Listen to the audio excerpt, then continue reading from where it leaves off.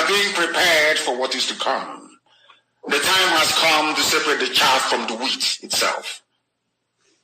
Our march is very, very near. The enemies are trembling, they are quaking, they are doing all they can to try to stop us. But they have failed very woefully, and they will continue to fail. But I want to tell you that we are getting attacks from everywhere all over the world. And very soon, they will buy over some of you. They will buy some of you over. The spirit of Yasika and the Ifajuna are still in some of you. When the time comes, they will buy you over. I am not doing this program tonight to ask all of you to be strong. I am doing it to remind you, not that if they succeed in buying you over, you're not going to stop what we're doing. You can't. You cannot. Not in a trillion years. But I need you to appreciate one very simple fact. That at the end of this very race, everybody will testify that indeed Chukwukika, the same God of Israel, of Abraham, Isaac, and Jacob, the same God of Ehiri in Aguleri, the same God of Umweri, the same God of Ora-Eri, the same God of Owe-Eri, the same God of Arochukwu. Plus, if you look at the true God, one true God, you will know that indeed, not only is he omnipotent, that same God is the owner of this very agitation. No human being can stop it. We have enemies, and we need to be very, very careful, both within and without. Very, very careful. The next 2 weeks will be very pivotal. Next 2 weeks will be very, very important in the life, or should I say, in this very mission that we have embarked upon. The devil will do everything. And you are going to watch spectacularly how we are going to destroy and shame the enemy. And at the end, every glory and adoration will belong to God and not to man. Now let us go and tell you what is happening that some of you do not understand. I want those of you who are hardcore, those who we are chosen before you were born. There were some people who were chosen before they were born to agitate for Biafra restoration. This is a message for you. Those who, from their mother's womb, they were born to do this very work. You must be very, very strong. Because Biafra will open the eyes of black people all over the world. Because Biafra will mean that blacks from America, blacks from the Caribbean, from Southern America, they will all flood into Africa. It will be like the time that Yeshua was born. Biafra is like a light, a beacon. They will follow it. They will say, let us go and see what is happening there. That is what these no-colonialists do not want. They don't want Biafra to come. I am telling our people so they understand. The mountains, I didn't say one mountain, the mountains in front of us that we need to overcome. And for us to overcome it, we need to be very strong mentally, mental strength. Just like when you're doing anything in life, and it appears as if you are being buffeted from everywhere. That is the time that you no longer rely on willpower or your muscles. You go to your brain to endure and to persevere and to keep going until you overcome. That is the stage we are in right now. To make sure that our brain is in gear to confront everything the Janjaweed has to throw at us. We don't have money. Their budget is over $20 billion to fight us. They can bribe Facebook. They can buy them off. They can do anything they like. They can come to some of you and bribe you off. They can promise you what you've never had before. They can give you maybe a house in Dubai. They can promise you a vehicle. They can tell you, oh, we'll make you vice president. They can promise you anything to make sure that you're like them. But this very IPOB, this very hardcore, is not going to move. And I will tell you why we can't move. As lamentation or complaint, I am only trying to prepare our people for what is to come. You are being prepared for what is to come. The time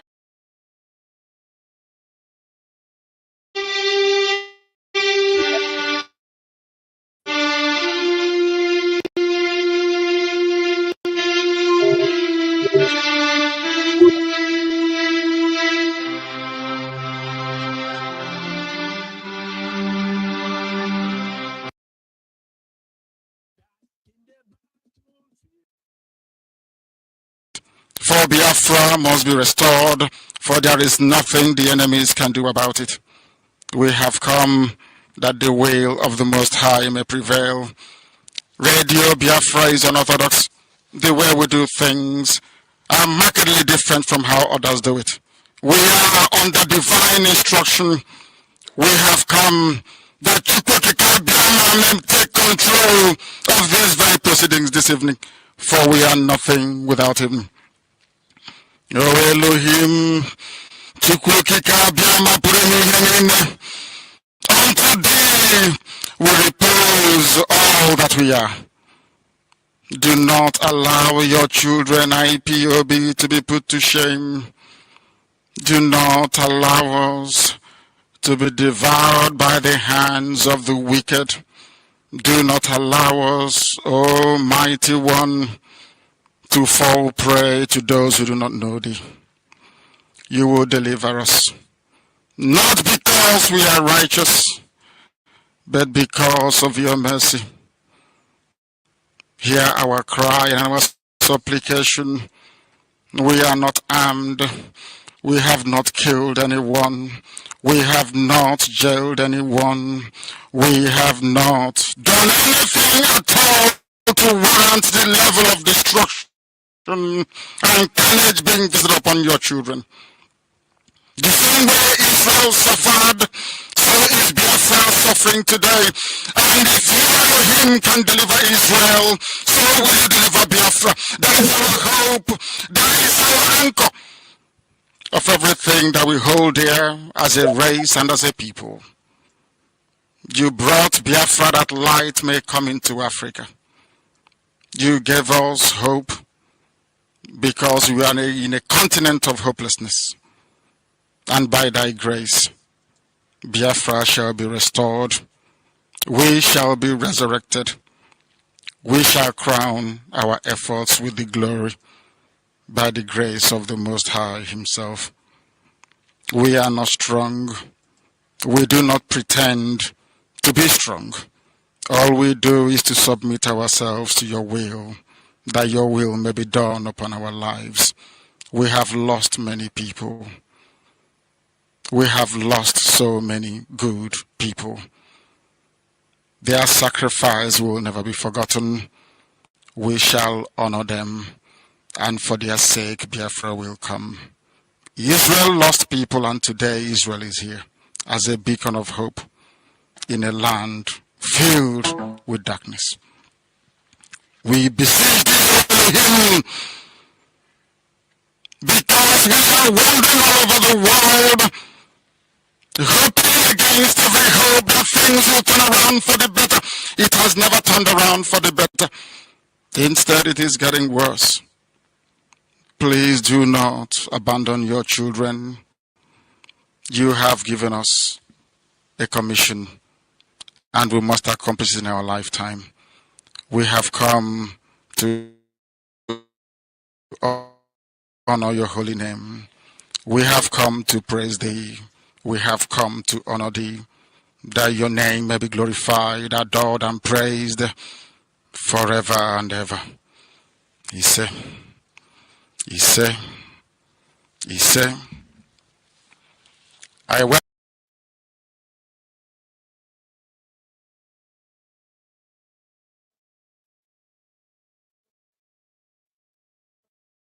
Good evening, fellow comrades and lovers of freedom across the globe. This is Biafra Radio, and my name is Amazi. George is Jukume. I reside here in the United Kingdom. And it's 49 minutes on top of the hour here in the United Kingdom. Presumably the same 49 minutes on top of 9 p.m. in the Holy Land of Biafra. This evening, this is Biafra Radio. This evening, we're going to talk about the complicities of the Britain and Nigeria on the Supreme Court. As you all know, we have not really done anything concerning the Supreme Court charade. And this evening is going to be the overview. We're definitely going to dive into it this evening to see one of a couple things before the main transcript of this particular shenanigan will be presented to us. And we're definitely going to come back on this platform to, to elaborate. Of course, we know what they're doing. Whatever that happened on the 15th of this month is not something that we are not aware of. Onyendu already have warned us about the fifth colony. And as you all see, a lot is going on. And tonight, specifically, I'm here in Biafra Radio, our mother station, this evening, to see what is going to happen and what, as we know, we're going back to the drawing board. And I want to listen to a couple of people that give their own perspective after that, cause sitting that there, because the whole world was watching. There was a beam, the satellite was beam. The world is taking account of what is going on. Make no mistake about this, because at the end of the day, listen, it doesn't matter what they do. Mandela spent 27 years in prison, and he later emerged and become the president of South Africa, where he's fighting for the equality of his own people. Theirs was better than we are living in our own land. When people invaded their land, that's what happened in the case of South Africa. People that were looking for greener pastures, as we all today have embarked on that should they call it on exile, because when Europe was hungry, they have to get into the Atlantic Ocean looking for greener pasture, heading to Africa to be precise. And that's why some of them occupy our land. They put it in quote about colonial masters and whatnot. But it doesn't bother us. That's why we are fighting against the colonial bandits. That some of you don't understand. This is not about the zoo. So what happened, what transpired in Abuja is something people must take note. And we will talk about some of the people that are making comments concerning it and what we are seeing now and the position we are going to expect going forward. Our new eminent legal team, which is the leader of our lead council, Agabi, and I want to listen to their testament of what they say in that on that day after that court sitting. Let us listen to them before I'm going to comment on them this evening. It is important that we have overview of what actually transpired on those that were handling this case that were sacked before now, but they were kept because revenge is always served in a cold manner. They were there in that court. Everything that have now in the public domain, every lies that have gone on the carpet now is in the open. So, but without further ado, let me just listen to what they say. They got about 40 different individuals spoke, and it's very, very important that we listen to them. Probably will make sense out of it. Power Media International.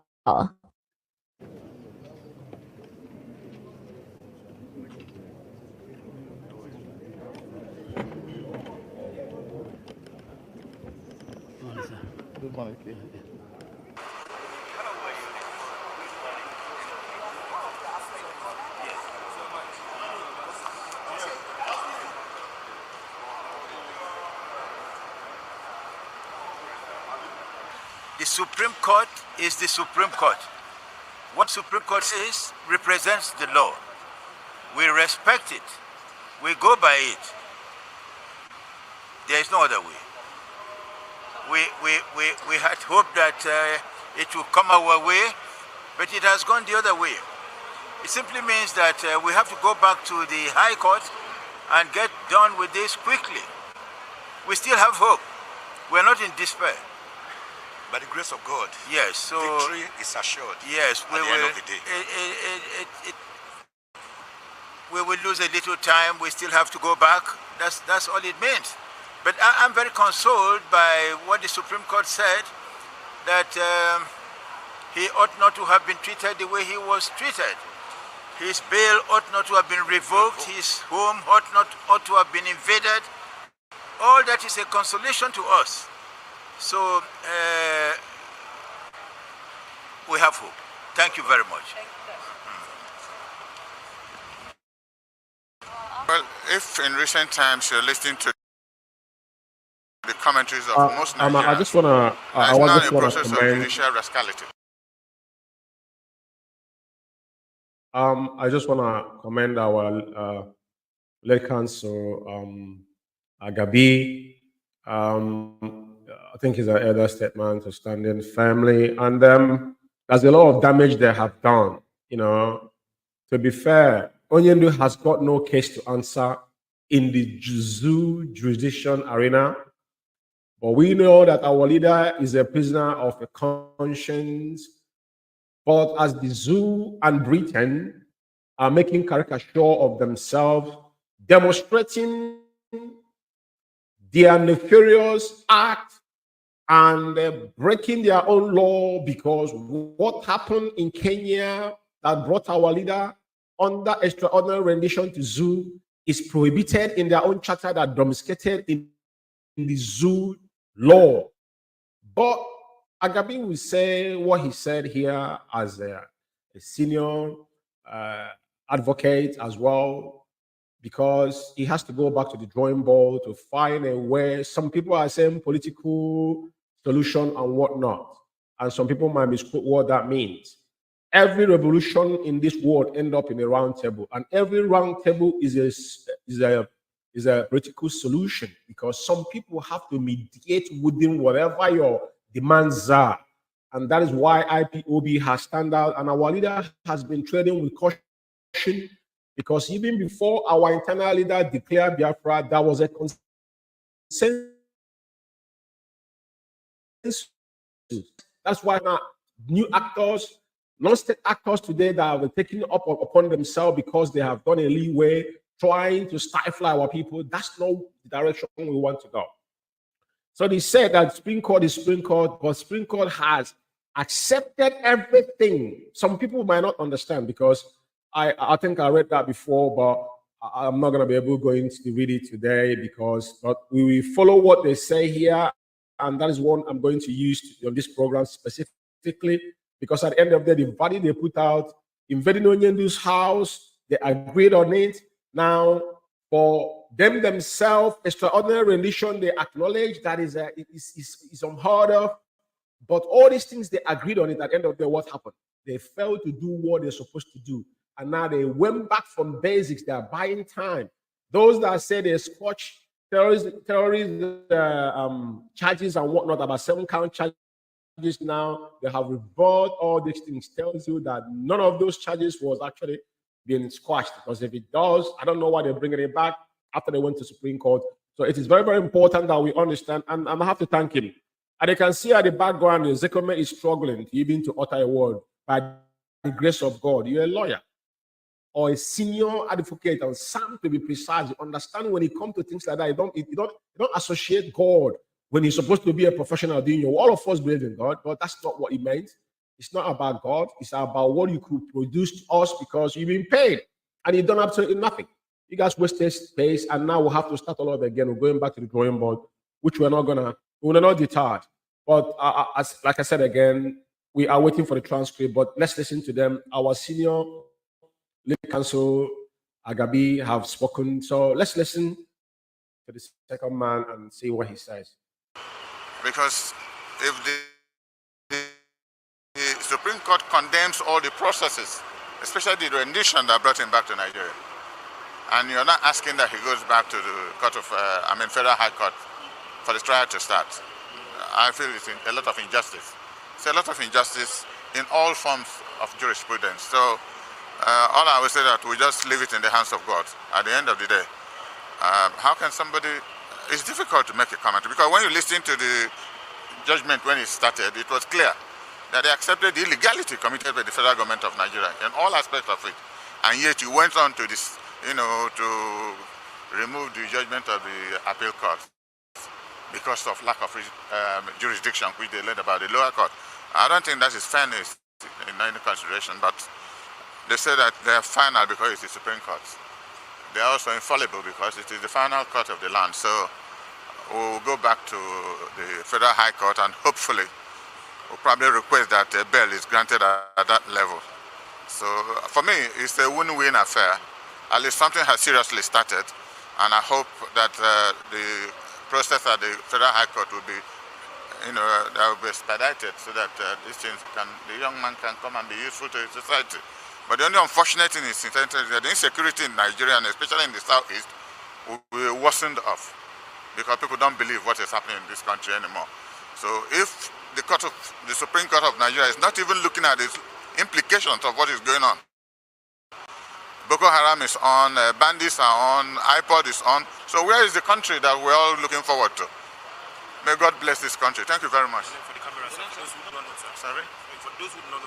There is spoken on the country, and everybody's having their own voice. That's what we're doing here. And Igbos. We're done the last we you know. Thank you for tenacity standing for the right. Opposition has and opposition political parties who I speak for.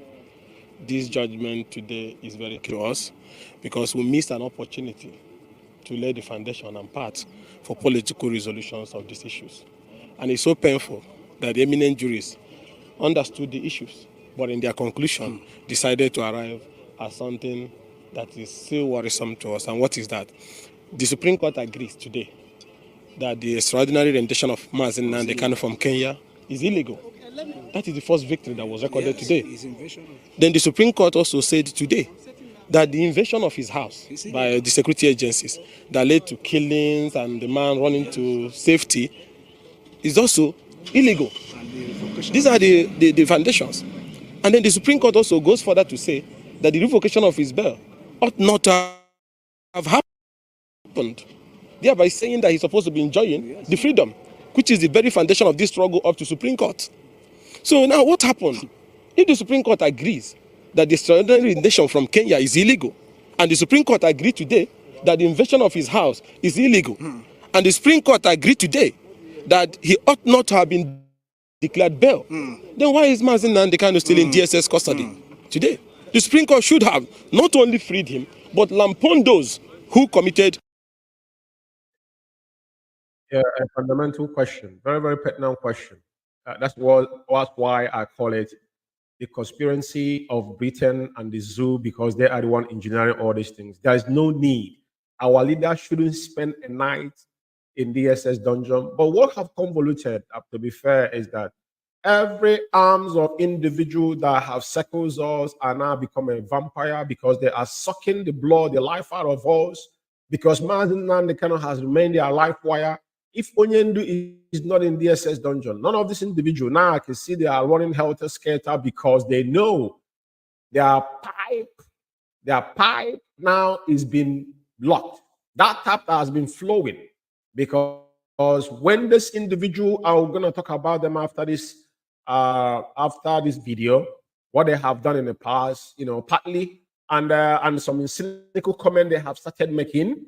So we just want people to understand that this is not about us.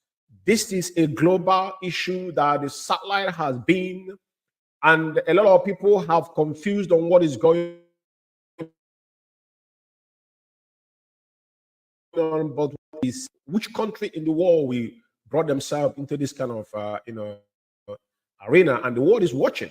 Because at the end of the day, everything that takes time in this world. But what IPOB and Mazi Nnamdi Kanu have stand up is to expose the zoo to the core. He said, I will destroy you with nothing but the truth.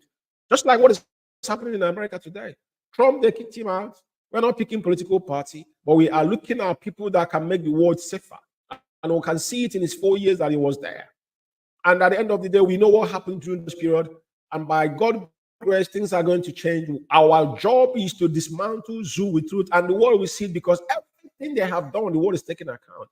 Before this Supreme Court sitting, though, we have voices from far and near that have lent their voice, questioning the Supreme Court not to compromise, and they have done it. It's on record. And I think people are not taking the court, people are taking record. That's why we dare those that are trying to be misinformed individuals or try to get our people in a position that we are not, is not wishful for us, because our leader Mazi Nnamdi can still remain in DSS dungeon, meaning that he understood he is the man that have the mandate of this struggle and where we are going. And what international community stand for. It's not about commenting issues that you haven't understood the real fundamentals about what we're doing. You can't just jump from anywhere and start fermenting issues. But it's good that these lawyers and are adding their own voices there. There are politicians in the zoo, but there are Biafrans as well, even though they're still in the zoo politics. But I mean, that's what we're asking for, because regardless of what we do at the end of this processing, all these people are going to get along. Because even if we put a referendum, they're going to vote. If we actually get our referendum, all of them are going to be in Biafra land. But now everything has to be on merit. It's not going to be on whom you were before. It's not going to wash with us. So I want them to finish talking. Then I'm going to add one or two things. Like I said, this is an overview, and to you guys to put it, keep you guys on tiptoes until the transcript comes out, because there's a lot going on in the background, which I wouldn't allow to say on air by now until everything is come to.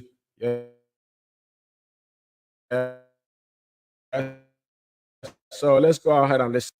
Those atrocities. Yes. And when they talk about some of these conventions that were cited by lawyers of Mazen are not national laws, I disagree. The extradition treaty that was signed by Malami, the Attorney General. Yes. That treaty, that act, condemned extraordinary rendition. So it's there in the law. Even as elementary law students, we are told systems method of forming laws, conventions, inclusive as well. So if you have international conventions that have been codified and ratified, they immediately becomes law. Like African Charter on Human Rights and so on and so forth will cite. These are laws. So why are you saying that we did not sign national law? National laws were cited. So for whatever reason, like I said, they are remitting back to the federal High Court. We strongly believe that the first thing to do is to grant bail to Mazen Nnamdi Kanu. Let's go back to the foundation. It's to grant him bail. But let me also appeal to the president. I'm not saying he should interfere in judicial matters. But there is need for us to find a middle ground to bring peace to Southeast. Many things has gone wrong in the East. Is it that Nigerians don't feel for the destruction going on in the Southeast? Businesses are being burned to the ground. People are being killed. All sorts of criminal activities is going. Even security agencies are also being killed. And whenever anybody is killed in the East, they call it unknown gunmen. Don't we want, timely resolution of these issues? And we said that the first foundation is to grant Mazen Nnamdi Kanu unconditional bail, and then we'll commence that process of reconciliation and harmonization of these issues. People in the East are human beings. Everybody was expecting this beginning. Supreme Court agrees that his arrest was illegal, that the rendition was illegal, that the invasion of his hands was illegal, but he should remain in DSS custody. That's why I say it's a sad December. It's very painful. And I'm appealing. The president still have powers under the Constitution. You see, all these things we are going from Federal High Court to Appeal Court to Supreme Court still have a political solutions to it under the Constitution. Well. Under the Constitution, the president has powers to issue knowledge. Yes, that power is constitutional. So I'm appealing to the president that despite whatever has happened today in Supreme Court, thank God that the Supreme Court have ruled that the rendition from Kenya of Nnamdi Kanu is illegal. And thank God that the Supreme Court has also ruled today that the invasion of his house in Omahia was also illegal. And also, the Supreme Court has also agreed that he ought not have been denied his bail. Despite the final conclusion of not granting him bail today, the president, riding on this extract from the ruling of the Supreme Court today, can, as the father of the nation, issue a broadcast and then issue knowledge, discontinue the trial and grant him unconditional bail and commence the process for political and political solutions to the matter, so that at the end of the day, every part of Nigeria can come together on that principle of justice, equity, and fairness. So it's not we didn't lose anything today, but it's also surprising that the final conclusion we were expecting was not made. But it's also victory for us that the Supreme Court agrees that the rendition from Kenya was illegal, and that the invasion of his house in Omahia is also illegal, and that he ought not have been denied his bail. So it is victory for all of us who love democracy, justice, and fairness, despite that the fact that the Supreme Court have also refused releasing him by allowing the appeal by the federal government.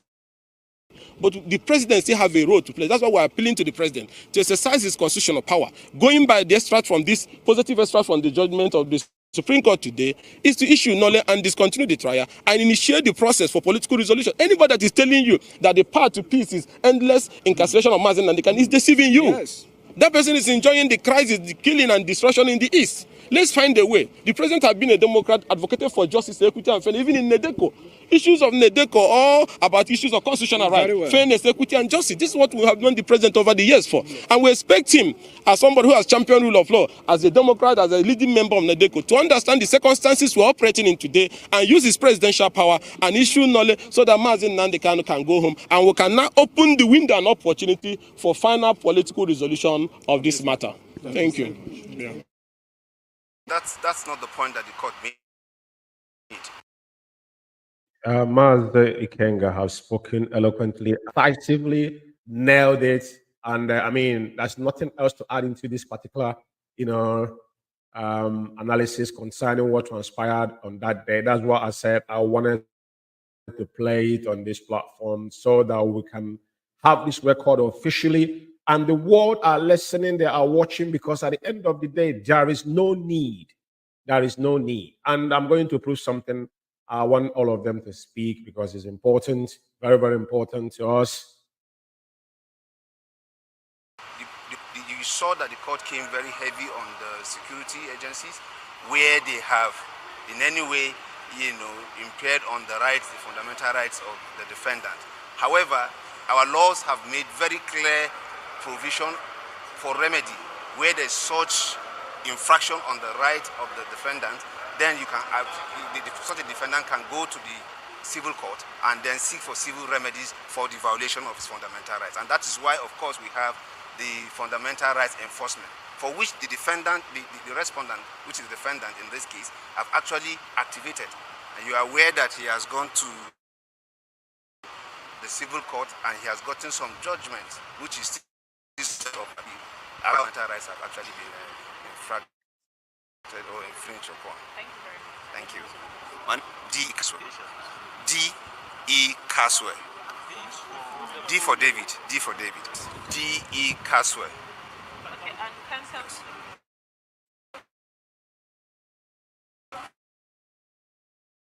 Republic of Nigeria. Okay. Okay. As you have all observed what happened today at the Supreme Court, if you ask me, I would say this is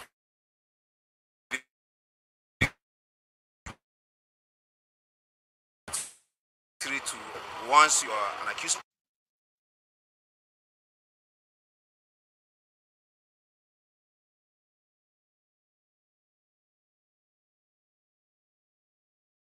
I don't know what's going on with this. There's a little bit of network issue with the not allowing the video to play for some obvious reason. I really want this guy to finish saying what he was saying so that I can just Yes, my name is Right Honorable Obi Agwacha, representing the good people of Iguano, Umuahia South Federal Constituency of Abia State. I am the direct representative to Mazi Nnamdi Kanu.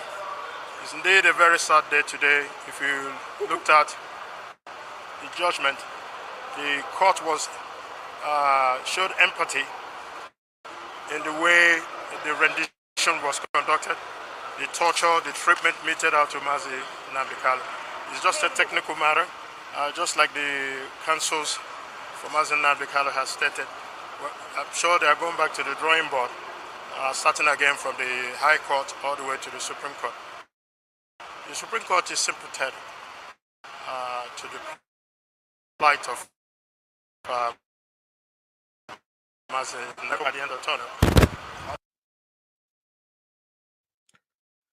Yes, I have to be an unreserved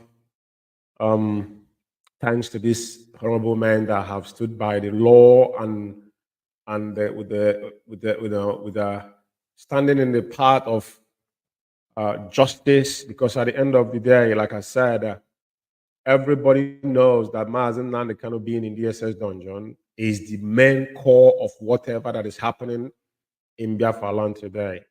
And I've said it again. It is not that people cannot show their anger, but when you go contrary to the wish of the man that are being behind bars, because regardless whatever you are doing today, demands you're putting up today is attached to Mazi Nnamdi Kanu. This is something people must understand. And these honorable individuals that came out to support on that day, this is one of the honorable, I think a senator from his constituency, which he identified himself. Now, I have 4 individuals that have spoken, and they have spoken eloquently, if they ask me. And reason being I play all this audio here is to explain what transpired in that in that Supreme Court on that 15th of December 2023. Now, I want to go ahead I want to upload the tweet of our eminent special counsel, Barrister Lloyd Jimako, where he referencing the so-called Jagaban. He said it is the president, not the court, that is holding MLK. Section 174 of the Constitution said that the Attorney General can stop any criminal trial initiated by him against anybody. Tinubu can direct the AGF to stop the trial of MMK at official about the buckets stopped at your table. And it is very, very important that we know this is politics. I hope some of us remember when he came out and said that it was Hope Uzodinma that told him not to release Mazen during the election. And we told you that all these things are systematic. All these things are politics. They're playing ping pong. But you see, they are shooting themselves on the foot and creating more harm to themselves. It is not Mazen Nankan that is going to suffer. They know what they are playing with. Tinubu fought for Abiola, and today he has forgotten all the things that happened. 1993, what transpired. He has forgotten all of that. And I mean, we need to be fair and careful when we do things. And on this particular thing that attached, he said it there. You know, you quoted him there from the AGF. You know what I mean? The Attorney General of the Federation shall have power. And in brackets on C, he said to discontinue any stage before judgment is delivered, any such criminal proceedings instituted and undertaken by him or any other authority or person. Very, very important that all these things has been highlighted to the world to understand that at the end of the day, what is playing here is politics. Like I said, the whole world is watching. And like I said, tonight is overview. And I just want to comment on we saw some write-up, and that I need to comment on it because when people project something, not our leader is behind bars, and people cannot project evil against our leader. But before then, I want to play the voice of Malami, the so-called AGF. I want the world to realize that the people are dealing with our biggest problem. Like I said, what Malami said against the Igbos. Igbos is one of the clan in Biafra. You know what I mean? Because Biafra is not just Igbos. You know, we are about 9 clans. So at the end of the day, we got Ibibio, Ishekiri, about 9 clans we have, which I'm not going to be able to mention all of their names now. But let's listen to this particular voice. Very, very important. Then you can see what is happening from day one. Remember, Oronyedu was extraordinary rendition. This man said he was extradited. That is why it's the conspiracy of Britain and Nigeria. They're playing this thing. We went to court here. Even the case has gone to High Court, to Supreme Court, right? At the end of the day, we spent 6 hours in the court or so, and now their body language is what the zoo is doing. Exactly, they're writing the script for them. But what betide them? Because at a time, they can't control this. Forget about all the shenanigans that are going on right now, because this individual that you see that are fermenting issues in Biafra land, they are not fighting on the interests of Biafra or even to get Mazen Nankan out. They are the 5th colonies, as our leader has, reminded us. So listen to Malami, and after that, then something I want to read quickly. Alpha Power Media International. Biafra Alpha Power Media International. Akar Malami, San politician Igbos are stupid and unruly. They are the problem in this country. The Hausa recognizes their position as conquered slaves. They recognize the supremacy of the Fulani. The Hausas are happy being our slaves and we treat them well. The Hausa will not seek to sit on the same table with their masters. They will not demand to be in government. They know it is haram. The Kobo Igbos will not take their place as the conquered slaves they are. They refuse Fulani grazing on their land. This is the words of Malami. This was written as a press release, but translated in audio voice. But this is the word of the so-called AGF. Nigeria is our heritage. Our forefather Othman Dan Fodio secured this heritage for us. The Fulanis are the special breed ordained by Allah to be served. That is why Nnamdi Kanu must. A lot of us don't understand the fight the Fulanis are fighting. Remember, if it wasn't IPOB, they could have, dipped that Quran in the Atlantic Ocean, which is the Biafra land. They have their men, they have their cohort and conspirators, those that claim they are Islam, some of them that are hidden. They brought so many people over. But we are the last line of defense. And Onyendu said it. Onyendu told us, if it wasn't because of Mazen Nankana, by now they could have run us over. He told us in 2015, he said they're coming with guns, they're coming with AK-47, they are going to rape our mothers. At the end of the day, it happened. Whatever Malami said here, it is something, this is an agenda of the Fulani. Remember Kunle and a large conversation about the Igbos in Lagos. That's why I feel sorry for nobody. Anybody that is broke his property in Lagos, I feel no sorry. This is my personal opinion. I don't care, just to be fair. But I want him to speak before, so I want to close the so-called ruling the rule with this his words, because he's the AGF, he's the Attorney General of the so-called Zoological Republic, But look at what a man like in that position said about some certain part of people that he claimed to be one with. They're playing games. Die. He challenged a power greater than his tribe. He challenged an authority established by Allah. We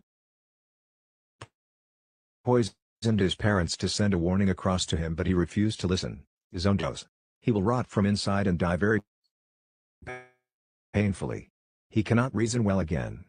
The judge will keep adjourning his case. This is Igbo people. Fulani owns this country. Mark my words, no infidel shall smell the seat of power in this country ever again. Nobody should utter such rubbish as three main tribes in Nigeria. There is only one tribe in Nigeria. The Fula. Henceforth we shall not tolerate any insubordination from infidel vassals. The Fulani herdsmen have the rights to kill, maim and rape any stubborn slave. Slaves are brought under submission.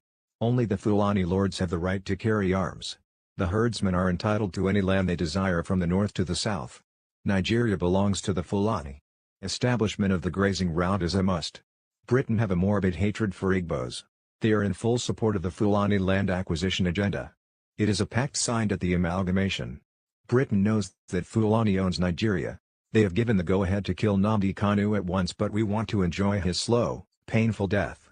The Igbos must surrender their lands or die to the last man. The Igbos are a pollution. They must disappear from this country either by death or exile. Killing the Igbos is simple. We control what they eat. Just watch Nnamdi Kanu degenerate and die, then, know how potent a little bottle of. Anyway, like I said, we cannot oversight so many things. When the Alaji and Kunle voice came, a lot of people were thinking probably it was managed. But as you can see today, the agenda is now being fulfilled. That is what they have embarked upon. So what Malami said here, we are not begging them if they say they want to kill our leader. The government, like I said, the conspiracy of Britain and the zoo, they know what they are doing. They did it with Mandela for 27 years, but that era and now is different. So they must be very careful, and Mazen Nandekano is a different kettle of fish, because at the end of the day, our leader know exactly what he is standing for. And some majority of us that remain consistency on the oath we have taken and the path we are driving home with must be very, very vigilant. Very, very important. Now, I want to address one thing, because there's some publication that I saw early. I think it's yesterday or so, but I want to clarify some things here, because at the end of the day, we know those that were in charge of our legal team in court that have never won any case, not even filed a case that was required. Onyendu House was invaded in 14th of September 2017, and 28 men was murdered in cold blood, including Jack. Now, there was no official filing of that case to Bintayaku's court. Onyendu surfaced in Israel in in 2018. God spared his life before this extraordinary rendition. When IPOB was proscribed, after they went through behind doors and get their whatever to prescribe IPOB, they didn't challenge that. The people that said that we're releasing IPOB members, but IPOB was proscribed before you, it did nothing. You don't understand what proscription means. When they domesticated proscription, they domesticated IPOB as a terrorist organization. With Fulani herdsmen was carrying AK-47 and assault rifle. It did nothing. All these things was done. Now questioned by our eminent special counsel, Aloy Ejimako. Now, after this judgment, we can see some of these men were in court like a clerk. You could see when Ezekome was jumping into when our late counsel was talking and mentioning God and whatnot, because this is how they deceive themselves. These are evil men, you know, they live on deceit and lies. So I want to, you know, read this a little bit, and I want to comment on this because it's very, very important that I address this issue. Now, I want to quickly, this is Harry Potter, you know what I mean? And it's important. I've done a program yesterday on Biafra Alpha Power Media, you know, the dilemma of the crooked lawyer. And he is not a lawyer because at the end of the day, he wangled himself from the back door. That's why we can see what happened. Everything they have told us was lie. Now we have gone back to square one again. This was publication on the 19th of December 2021, so 2 days ago. Now, it says the Supreme Court, however, held at the Nigerian government recklessly and unlawfully rendition, which he never understood what rendition was, kind of from Kenya to Nigeria. It is, however, held that such an unlawful act would not strip any court of its power to proceed with the trial. And we don't understand which trial they're talking about. This is Supreme Court, and this is the bizarre thing that has happened, because if the lower court have passed judgment, I don't see reason why they wouldn't honor it. But let's say the Supreme Court is the court of Supreme Court final. I don't know if he exists or not. Now, the detained leader of indigenous people of Biafra, in brackets, Nnamdi Kanu, has said that the Supreme Court of Nigeria declared his extraordinary rendition from Kenya, revocation of his bail by the Nigerian government, and invasion of his home. Like I said, that invasion of the home was not legally, instituted at the court of law, even though zoo law does not exist.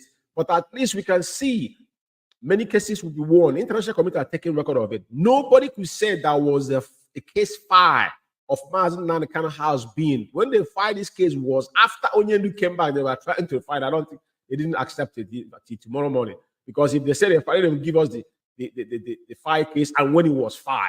It happened on 14th September. What were you waiting for? Almost 5 years later, he couldn't do that. Now, and invasion of his house by the security personnel as unlawful, but repelled Nigerian constitution by upholding his continued detention.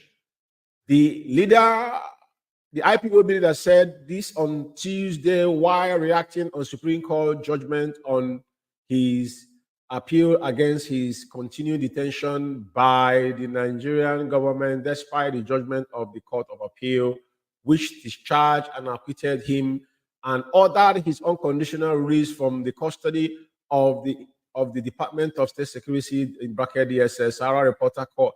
The Supreme Court, however, held at Nigerian government recklessly, they're repeating the same thing again, but reacting on Supreme Court judgment, however, the legal team. Now, this is where I want to address it here, but reacting on the Supreme Court judgment when his legal team visited him on Tuesday, and the name mentioned there is the Spaniard Jofo. He said he visited Onyendu on Tuesday, and this was on Monday. And I don't know, because visiting Onyendu and what Onyendu told you.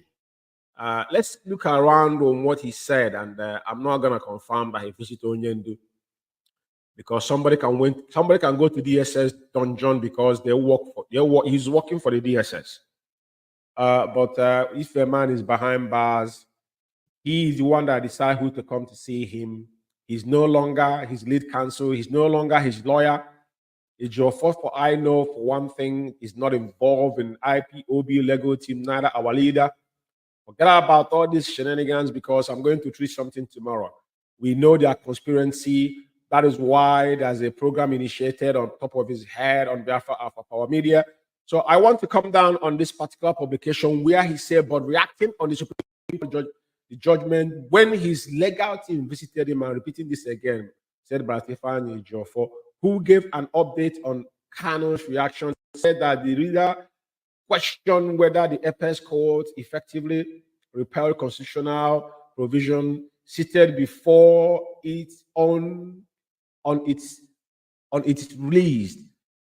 Now, Ejiofor said that eventually verdict of Supreme Court was conveyed to Mazen Nnamdi Kanu. You're not the one to convey that to Mazen Nnamdi Kanu. That's one thing I must have to tell you, because are you conveying it as Mazen Nnamdi Kanu lawyer or as a crack, as a messenger? On what ground? You can't convey a message to Onyendu because you're not the one. You're no longer involved in that particular proceedings any longer. And he expressed reservations on the outcome because he always lied. The same lie he perpetrated on 2021 when he never went to Onyendu. But he was contacting the DSS because they're the one that actually collaborated with the zoo to extraordinary rendition of our leader. However, Kanu elected to accept this outcome because of, the person that put up all this, because you see now what you're doing. You can't put up all this kind of garbage out there. Though our lead counsel have already said that the Supreme Court is Supreme Court, but he hasn't. That was the statement he made on press, not written on running around the whole, giving them money to put up some publication to remain relevant. But people must understand, Biafrans must understand that Ifeanyi Ejiofor has got nothing to do with Mazen Nnamdi Kanu. He's not involved in his legal team any longer. So all this garbage, people must disregard all this nonsense. It's nonsensical. But I'm reading it for obvious reason, you know what I mean? Because our leader name was mentioned. You can't be lying against a man that has behind bars. You went on so-called Radio Biafra Radio to malign our leader. He stood there and accepted that Onyendu. How would Onyendu speak to you if you have gone against Onyendu's direction? Even hypothetically, let's take out you want to see Onyendu. But how do you think Mazen Nnamdi Kanu will speak to you? Even when Benjamin went there, he confirmed that Onyendu is angry. And now you guys are committing more treacherous acts against our leader. Now we found out that everything you guys have told us was lie. And how in the world are you telling people that he spoke to Mazen Nnamdi Kanu? You can't, you have to connect the dots. But that's what I want to deal with this particular issue because it's very essential. You don't want to drag your name. All the things you guys are planning, we are there. We understand that, but it's not in this platform because I will deal with that issue differently. But I want to handle this here basically on mentioning Onyendu, that you want to see Onyendu and saying things Onyendu never told you. You've done this over years. This is what you've been doing. And you need to quit from doing this because this is a crime. Now, you say, however, elected to accept the outcome because of the finality of Supreme Court decision and not because they are infallible, but because they are infallible for the fact that the Supreme Court is the final court in the land. This is garbage. Our lead counsel have already mentioned this, but all this he wants to be the very relevant. Nevertheless, in accepting the verdict, Onyendu specifically requested that the following compel question be put out publicly to the disseminating members of public who are keenly following the trajectory of this case with. Now he go down to say the decision of the Supreme Court, which substantially section the federal government illegal act of Onyendu, Mazen Nnamdi Kanu's adoption and extraordinary renditions to Nigeria effectively repealed the following Nigerian laws, which we are all seated in our behalf before the Supreme Court, according to Ejiofor, Nnamdi Kanu's legal team. He's no longer Mazen Nnamdi Kanu's legal team, for crying out loud. Our reporter must be guarded before the Supreme Court, the section 15 of the extraordinary rendition. Now you put in extraordinary, but you never knew what extraordinary rendition. When they told you in 2021 to file for Onyendu extraordinary rendition, you refused. The same Ejiofor now. Today you quote him because he never knew the extraordinary nation, even capping on the so-called Nigerian so-called law. But now you can quote it here, Supreme Court, Section 15 of the Extraordinary Nation Act, Cap E25, laws of the Federation of Nigeria 2004. But you never knew. Provides as followed. Now you're quoting this because somebody have laid the foundation, but the fact is that you are not part of the team any longer. That is the disclaimer I'm making tonight. Everybody, because you can't say what I already don't say because it is have lied so much against Onyendu, and we cannot allow this to slide anymore. Now we'll continue.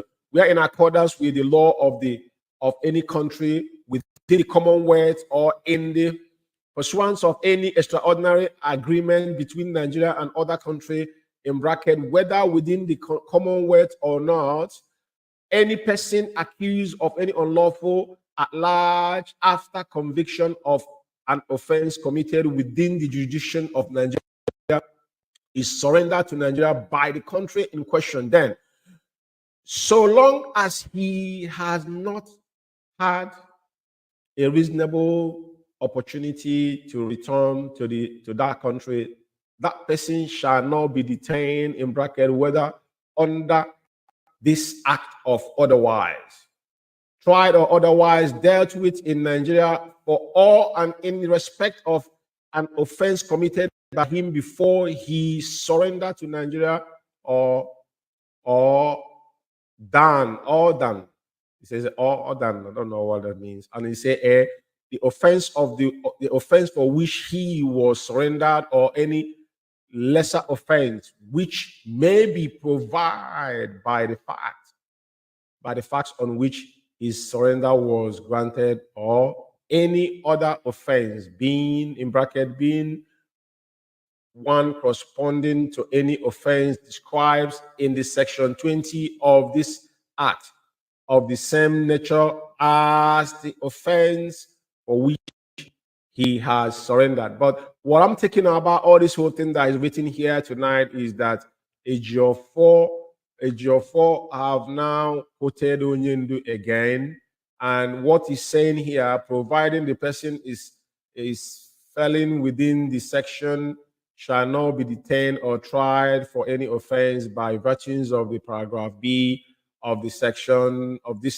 without prior consent of the country surrendering. We understand all the so-called extraordinary rendition from day one.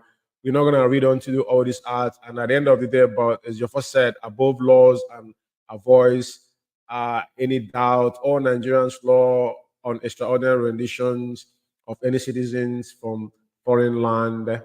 Otherwise, international instruments of conventions and which Nigeria is a state part bonded by which made similar provisions, including the OAU Convention on the Prevention of Combating of Terrorism Principles and Guidelines on Human Rights and People's Rights, while countering terrorism in Africa and International Convention on Civil and Political Rights. According to Ejiofor said publicly,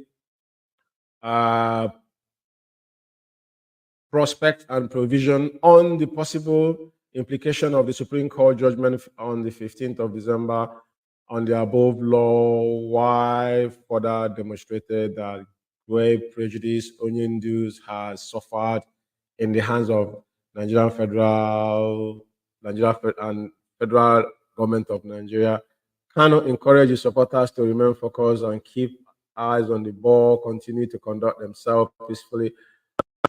The point of this whole particular garbage that I've just read is that projecting himself probably on this, he's trying to push himself. This is not about writing garbage anymore. I don't know, probably he's got two publications from different quarters, but this Sahara Reporter. But the point I'm making here is that Ejiofor needs to distance himself from anything that have to do with IPOB and Mazen Nnamdi Kanu. He have done enough damage. We cannot further to tolerate this. But I know that things is going to be done, going forward to encounter all these shenanigans.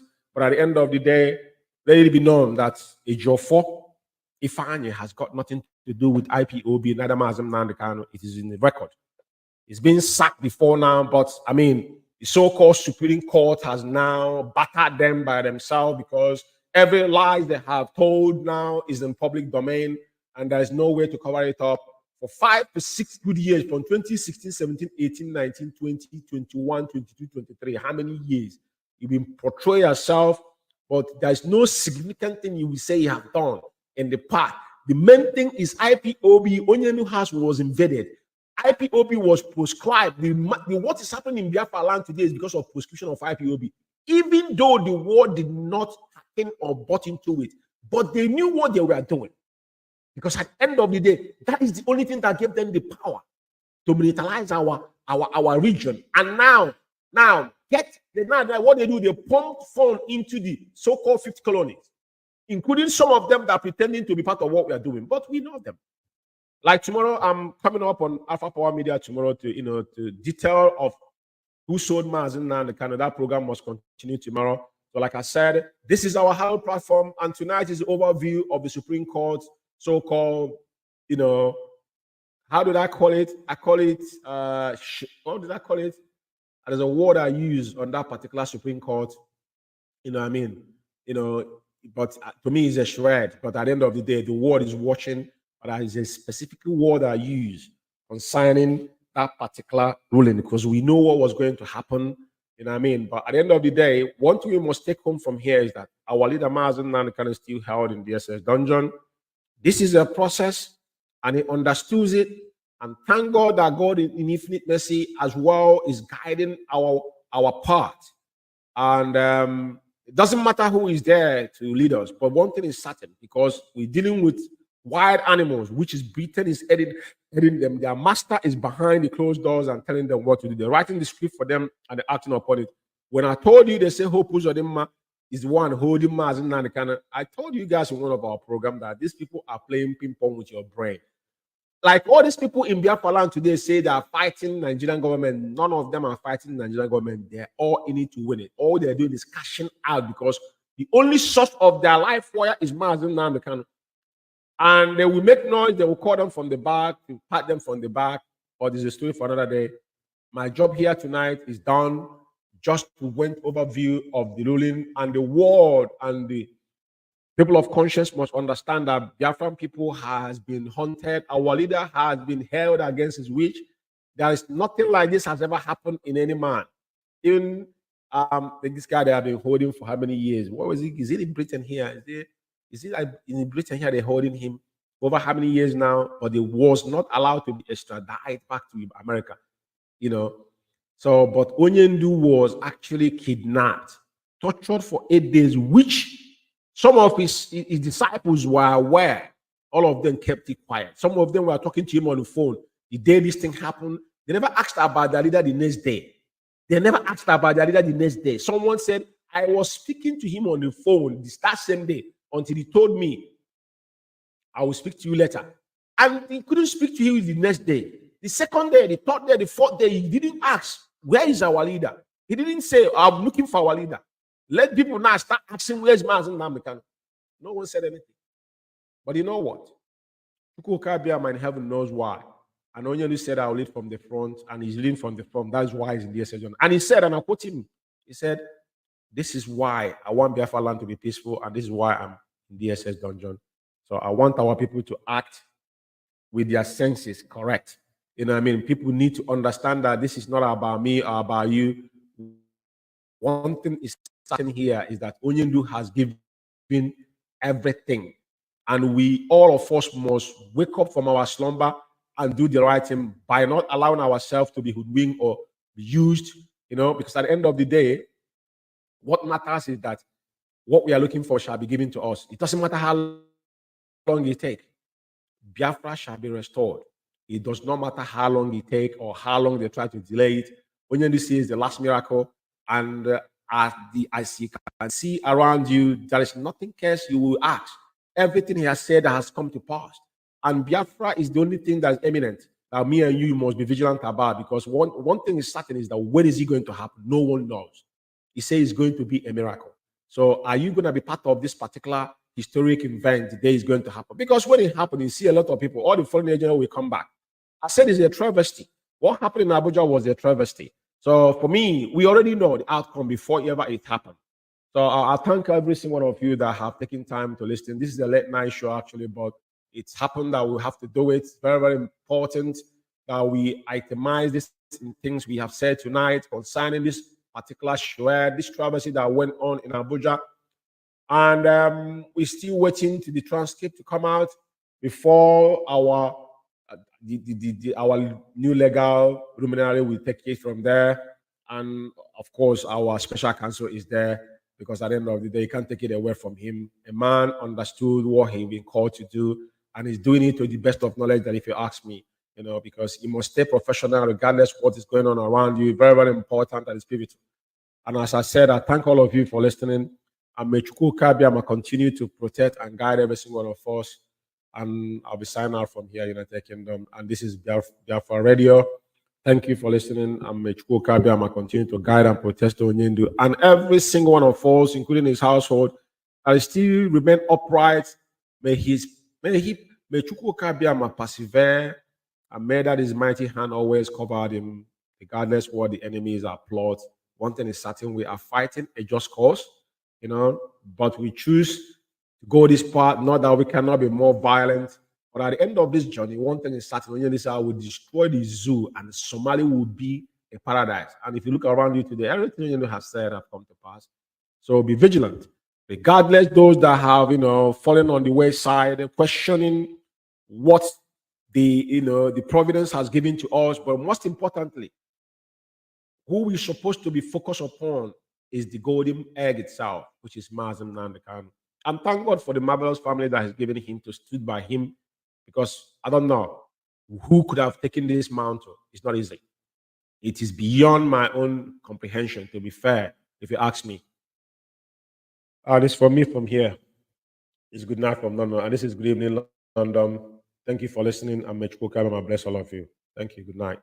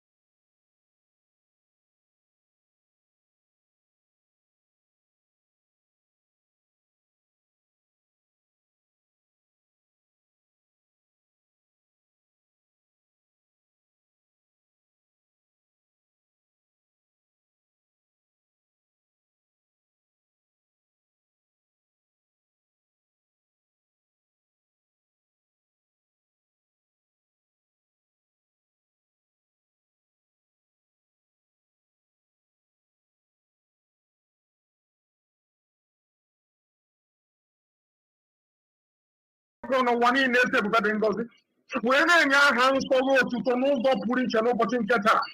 Anyị na-aja gị mma, anyị na-akpụ isi ala nye gị, anyị na-ebuli aha nsọ gị elu, anyị na-asị na enweghị chi ọzọ ewezuga gị, anyị na-asị na enweghị ihe ọzọ kwesịrị ịkpụ isi ala nye ma ọ bụghị naanị gị. Anyị wee na-ekwu ma na-ekwupụta na-ekwusi ike na anyị anaghị efe arụsị, ọ bụ naanị gị bụ Chineke nna anyị na-erubere isi. Anyị wee na-azụ ịhụnanya gị na ebere gị ma mma gị ọmịiko gị na-ebe ụmụ nwere n'ụwa niile bụ ndị kụrụ n'ụbọchị nke taa ka ha wee jaa gị mma n'ụzọ pụrụ iche. Agbanyeghị atụmatụ ọjọọ niile nke ndị iro, agbanyeghị atụmatụ ọjọọ niile nke ọchịchịrị, ụwa niile na-efe gị ofufe onye ọbụla Chineke nna. Maka ha niile sị na ede mma eze ebube naghị eri nri ihe gị mmadụ, ọ bụ na anụ otuto ka ị na-eri eze ebube dị ngọzi. Lekwa ka isi wee chebe ọbụla n'ufe nke igwe nke na-enweghị ọkụ nke ọ na-aga, mana ọ bụ naanị gị na-enye ya nri n'ihi ịgosipụta na onwe ihe ọbụla karịrị gị Chineke nna. Ịja maka anyị na-aja ya jee kelee n'otuto na nsọpụrụ na mbuli elu ka anyị bịa n'iru gị n'ụbọchị nke taa. Anyị wee na-asị na enweghị chi ọzọ ma ọ bụghị naanị gị. Ụmụ gị bụ ndị Biafra enweghị chi ọzọ ewezuga gị. Anyị nwere ike na-asụ n'olu n'olu nna nke ebere dị ngọzi. Ha bịa na okwukwe na okpukperechi nna nke ebere, enweghị ihe eji eji, onweghị ihe ọ bụla mmadụ dị ndụ pụrụ isi na ọ bụ ihe dị etu a ka eji amatụ wetinye gị. Ịdị omimi wee karịa nghọta nke mmadụ dị ndụ. Ọ bụ na-anaghị ibu iyi. Elu ugwu bụ nke gị, ndịda bụ nke gị, aka nri bụ nke gị, aka ekpe bụ nke gị, ọwụwa anyanwụ nke gị, ọdịda ya bụ nke gị. Oke osimiri na-erubere gị isi, oke ofufe na-anaghị ntị n'olu. Ọ bụzi gịnị ka mmadụ dị ndụ bụ? Ọ bụ ya mere ihe niile nke anyị na-eme nna nke ebere dị ngọzi, echiche anyị niile, ntụkwasị obi anyị niile, ebumnobi anyị niile, nzọpụta anyị niile, ebere niile bụ n'aka nke ọ na-ezi nna, n'ihi na ike niile nọ n'ọbara aka. N'ihi na ete n'ụbọchị nke taa wee kwuo ihe gbasara mmetụ ọma gị eze ebube dị ngọzi, anyị agaghị ịpụpụcha ha niile tupu anyị isi anyị wee na-abala. Ọ bụ ka ebere gị si wee dị, ọ bụ ka ịhụnanya gị si wee dị, ọ bụ ka ịma mma gị si wee dị n'ime ndụ ndị gị niile eze ebube dị ngọzi. Anyị wee na-eto gị wee na-aja gị mma, na-agọzi aha nsọ gị, na-asị na onweghị ihe ọ bụla mmadụ dị ndụ pụrụ ime. Ọ bụ naanị gị bụ Chineke bụ onye na-achị, chi ebu eze ihe anyị na-abụ ụmụ anyị. Anyị wee na-ajọ gị n'ụbọchị nke taa ka ụmụ anyị bụ ụmụ gị na-ekpere gị ekpere, wee na-aja gị mma, wee na-ebuli aha nsọ gị elu, wee na-arịọ gị nzọpụta gị, amara gị na ọmịiko gị, onye nwe anyị na Chineke na ka iwe gbatara anyị ọsọ enyemaka, wee zọpụta anyị n'aka ajọ ihe, ka isi wee zọpụta agbụrụ gị bụ Izrel n'aka ndị iro n'obodo ekwensu bụ Ijipt. Ị ga-etinye ndị iro Biafra niile n'ụzọ ihere ka ha bụ ndị kụni ka ha wee buso ụmụ ha agha nna nke ebere. Akachi ha ga-ata ha n'ụkọsi weta ha ọnụ, ha ga-eburite ụmụ ha nna nke ebere. Oke mma aga nke ha onwe ha wepụtara ka ha wee na ụmụ gị n'ihi eze ebube dị ngọzi, ha ga-eji nke dị etu a wele onwe ha n'iyi. N'ihi na ọ bụ naanị gị bụ Chineke na anyị bụ ọka aka, anyị na-akpụkwa aha nsọ gị. Ihe nke anyị na-emewu site n'ihi gị nna nke ebere. Anyị enweghị ikike agba anụ ahụ ka anyị bụ, anụkwa ahụ ka mmadụ dị ndụ bụ. Onweghị ihe anyị bụ n'ebe ị nọ. Ọ bụ naanị ka anyị na-efe wee na-akpụ isi ala, nke onwe bụ onye anyị na-agọzi mgbe niile. Ọ bụ na anyị bụ Chineke nna, ezi ebube dị ngọzi nọrọ mgbe ebighị ebi. Anyị wee na-eto gị wee na-aja gị mma, wee na-arịọ gị nsị gị nna nke ebere bịa ka ị wee nara aja ekpere otuto, aja ịja mma nke anyị na-ebute n'iru gị n'ụbọchị nke taa n'ụwa niile, ka o wee metụta gị n'obi na anyị bụ ụmụ gị. Ya metụ gị n'obi na anyị bụ ụmụ gị Chineke, ka ị wee si na ekworo na mkpagbu nke ndị iro wee wezuga ndị gị, ka ọ ga-abụ n'ikpete mazụ otuto niile na nsọpụrụ niile, ịja mma niile na mbuli elu niile ga-adịrị sọsọ aha nsọ gị onye kere n'igwe maka elu ụwa. Chukwu okike abịa ma eloghị mmadụ na ya ochada igwe ọrụ mgbe niile bụ nke anyị na-arịọ gị ise. We have now commenced, I prayed in the language of heaven, the eldest language on the face of this very earth. In fact, I call it the language of the angels. They are offering praise and worship to the Almighty in heaven. They are doing so in Igbo language. And as we have done it on this very earth, so also shall his kingdom come upon the land of Biafra. That his name is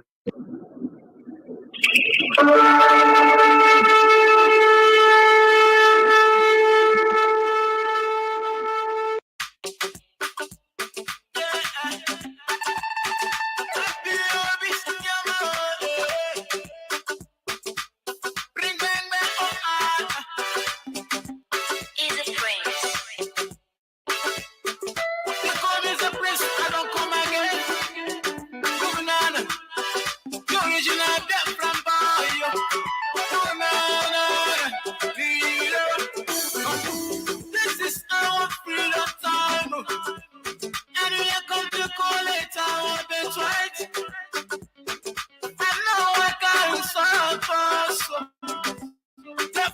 promised land.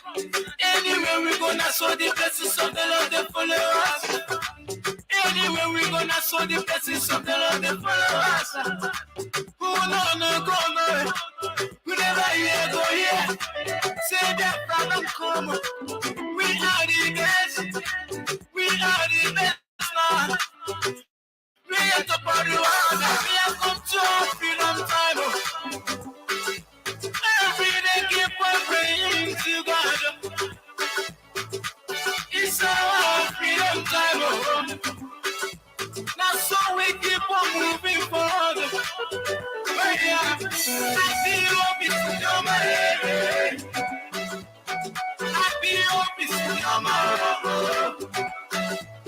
Different people, your man.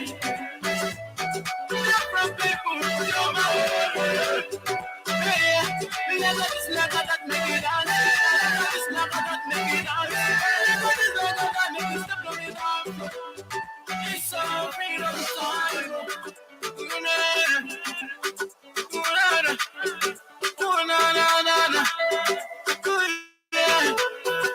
Different promised land, different promised land, different promised land, different promised land, yeah.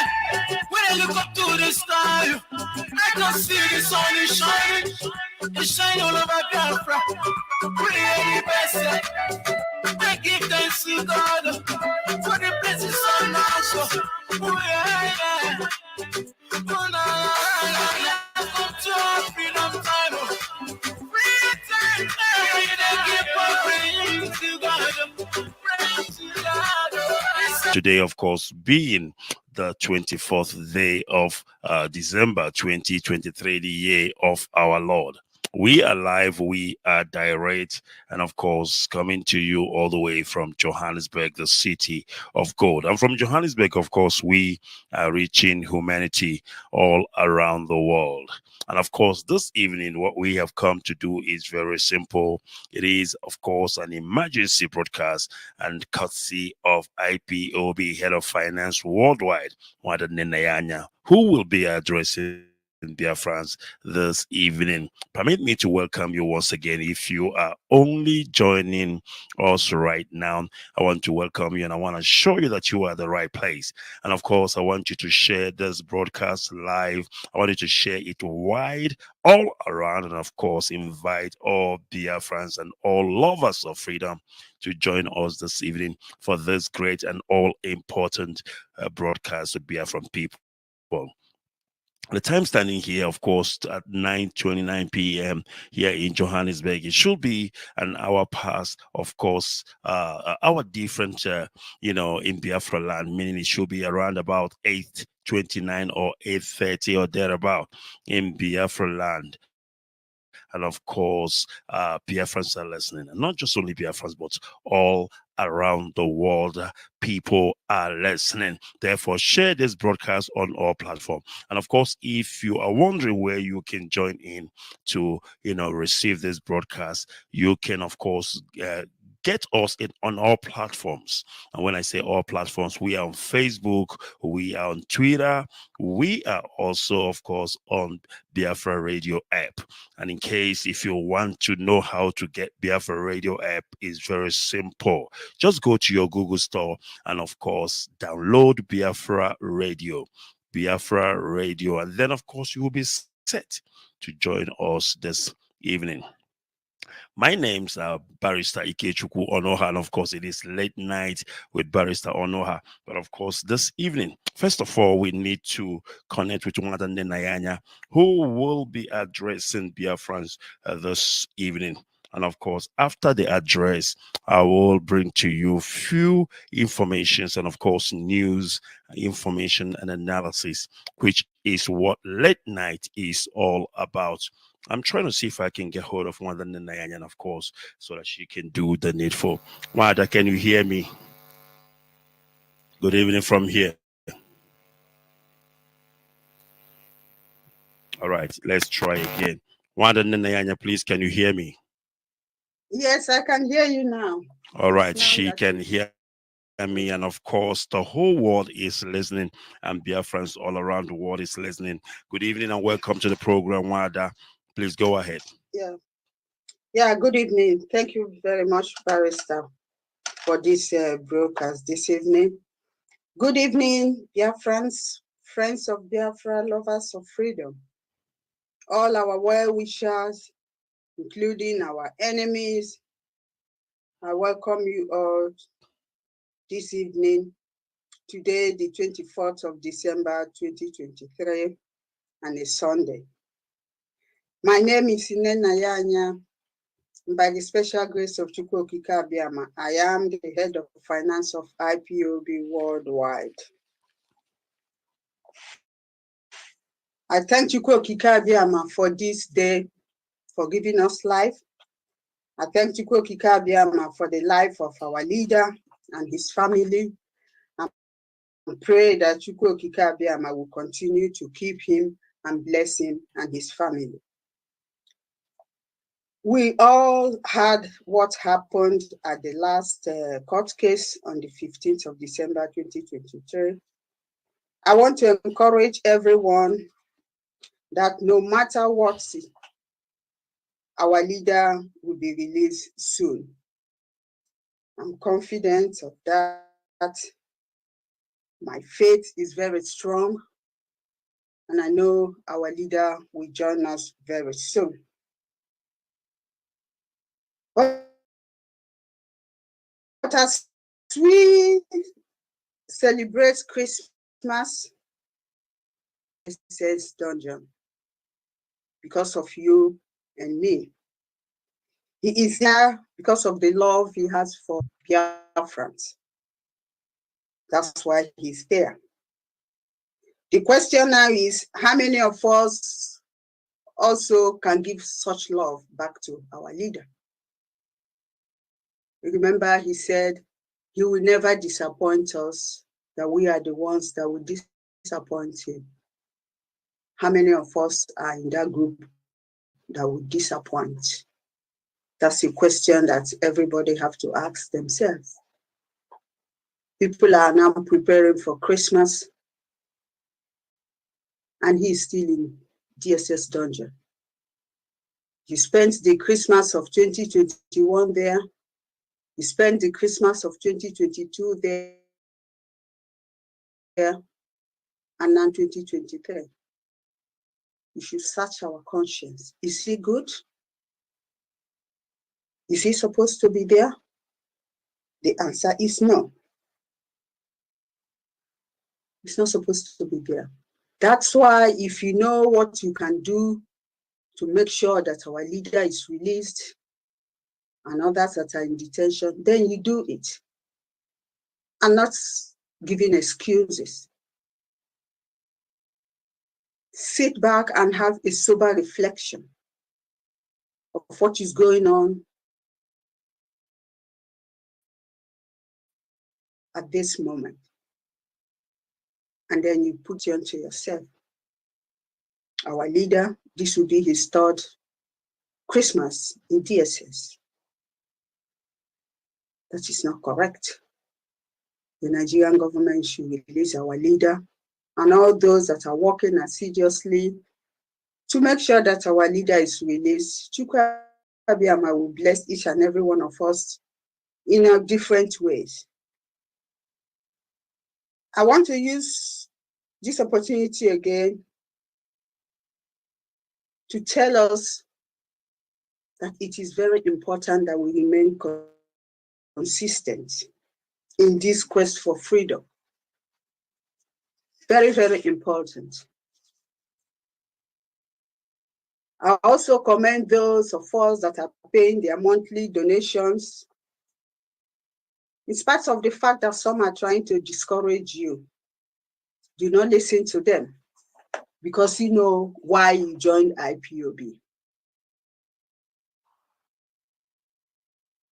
Also, to commend those of us that obey our leaders' instruction. Those of you that are paying to the correct accounts approved by our leader, and those of us that are following the IPOB code of conduct. Forget about those that pick and choose the ones they want to follow. They have some section that they want to follow in IPOB code of conduct when it suits them. And then the others, they drop it. They tell you that that one is not IPOB code of conduct, or maybe it has changed. No, IPOB code of conduct has changed. It still remains the same. And those of them that are going against the IPOB code of conduct that claim to be with our leader, oh, our leader, I am with you. What you say I will do, I will do. But when it comes to the do, they don't do. Those ones, they are not with us. As simple as that. Being an IPOB means you have to follow the rules and regulations laid down in the IPOB code of conduct. You have to carry out our leaders' instructions, no matter how hard it is. You have to pay your monthly donations to the correct account given out by the head of finance, not where you think you can pay. That's when you call yourself an IPOB. Not wearing t-shirt, because anybody can sew t-shirts and put on t-shirts. Wearing t-shirt is not criteria that you are an IPOB, but following the rules, consistency, focus, carry out instructions laid down by the leader. Pay your money to the correct account, not when somebody gives you his or her private account and you say you are with IPOB. You are not with us. And you follow the IPOB code of conduct. As simple as that. Discipline. Freedom fighting entails discipline. Everybody must fall within this discipline, within the rules, or else you are not with us. It's either you are with us or against us. There is no in between. So those of them that say they are waiting until our leader comes out before they will pay their money, you are not with us.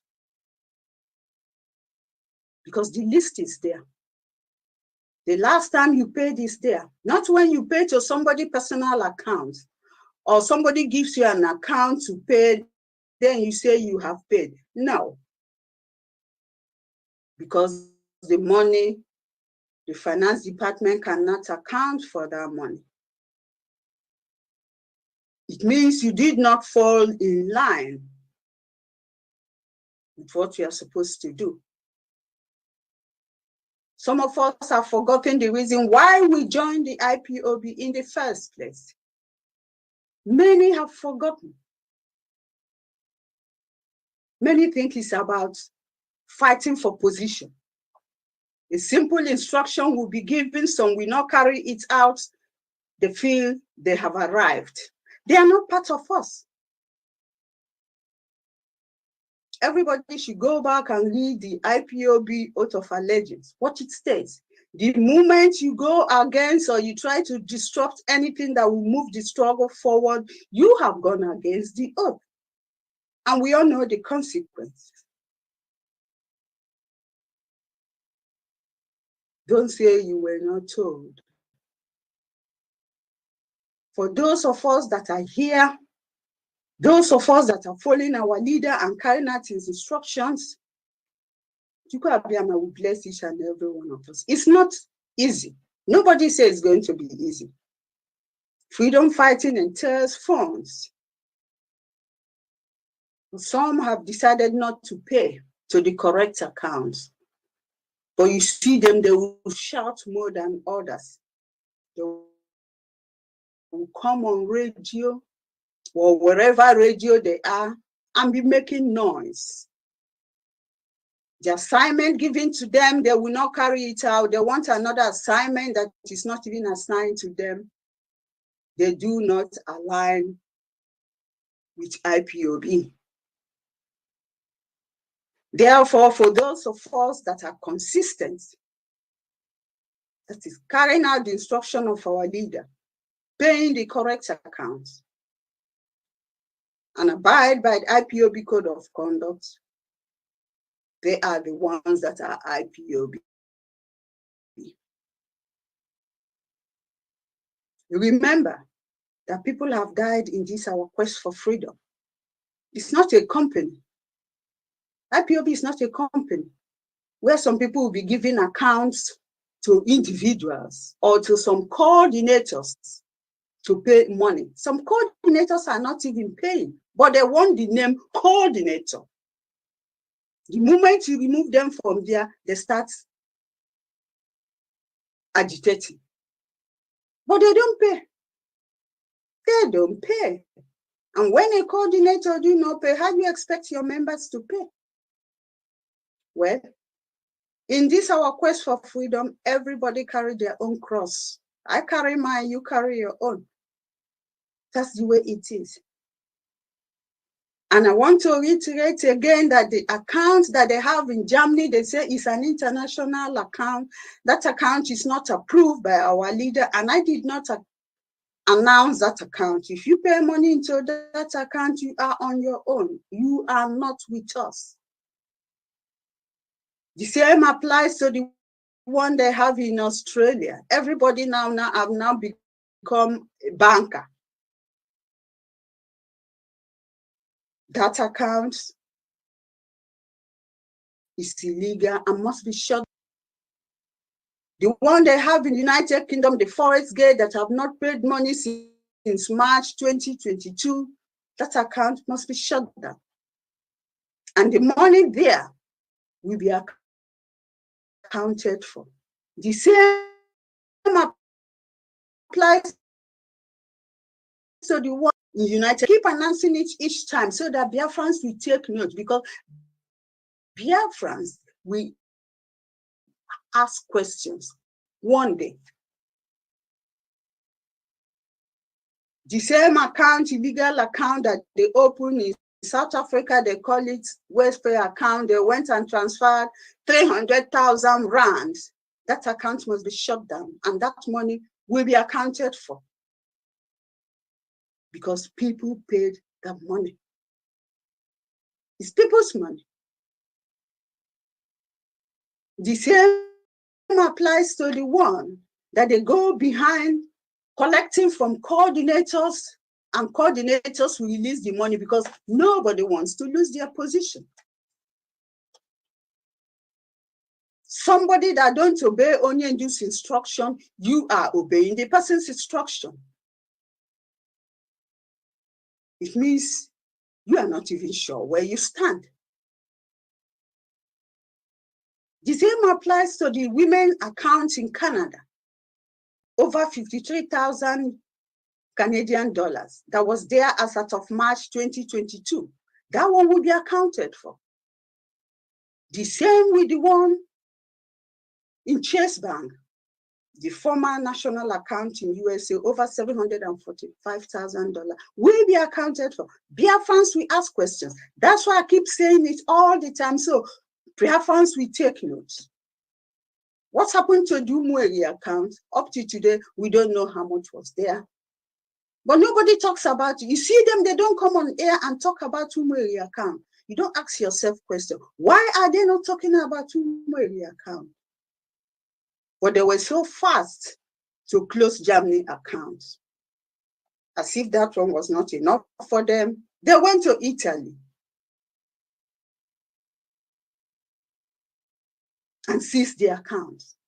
Because in Italy, they said that if they can enter Germany's account, that Italy account is just a walkover.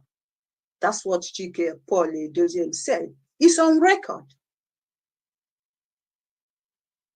They think they are fighting in Nenia. No.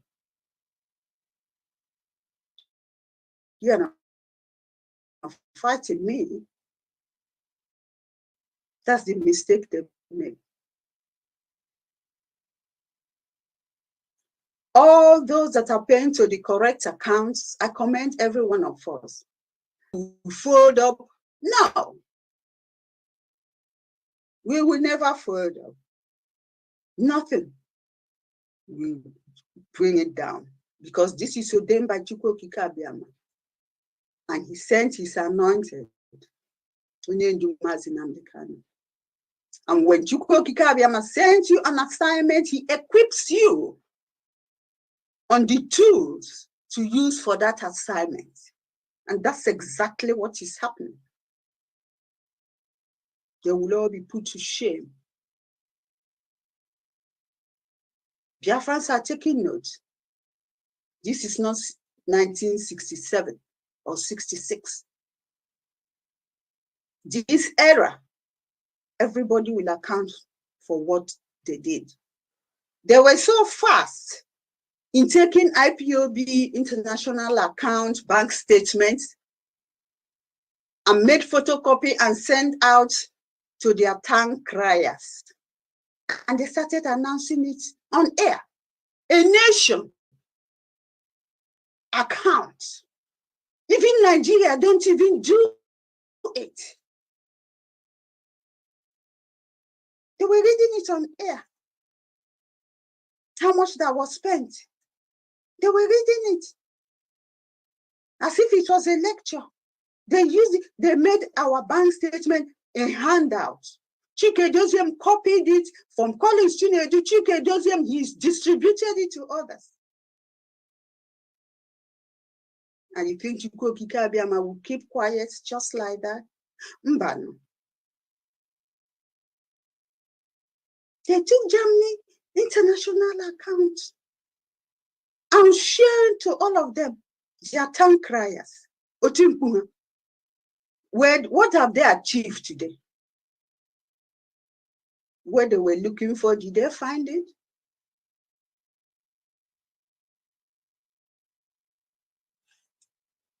The reason why I keep saying this is that so those that don't know, we know, they will take down records for future reference. Because this, we are not going to sweep it under the carpets. Now, there are people compiling my brokers on finance, and they will lay it there and ask them questions. When the time comes, our leader is in DSS, a leader that loves his people, me and you, sacrifice. The second time he's in DSS now, 2015 and 2021. And some people are so happy, insulting him, insulting the family. Chukwu Abiama will straighten everybody. Like I said, we are all carrying our cross. You are not carrying my own. I'm carrying my own. Why you take care of your own? I want to commend all those that are paying, that refuse to allow the devil to have its way. I commend every one of us. I want to use this medium to commend our two USA regional coordinators in the person of Mazi Ndidiaworum, the regional coordinator of Mountain Time Zone, and all those that are with him. The second regional coordinator is Mazi Chiezioku. He's the regional coordinator for the Eastern Time Zone. And his group, those that are working with him, I commend all of them. Because each time I call upon them, they will gather their people, make calls, and they'll make sure that we get what we want to do, to pay what we're supposed to pay. Even when our leader sends instruction, they do it.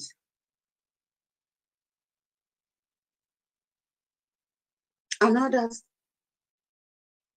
in the United Kingdom and in South Africa. and some individuals. I commend these two regional coordinators. They've never backed off. I also want to commend the financial secretary for the state of Michigan, the financial secretary for the state of Massachusetts, and the financial secretary for the state of Maryland for their cooperation. I work with them, with my team. If you tell them that this is the instruction to carry out, they do it. Not the ones that will hold IPOB money because they want to, whatever they want to prove, that's known to them. I commend them. And the ones in the United Kingdom as well, and the one in South Africa. For these two regional coordinators, they work silently and carry out the instruction.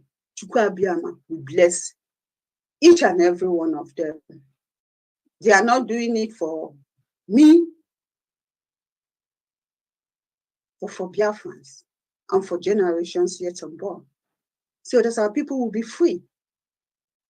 Now it's Christmas. Some have not been paid back home. They have not been paid. That is the reason why we are here, to make sure that we are free.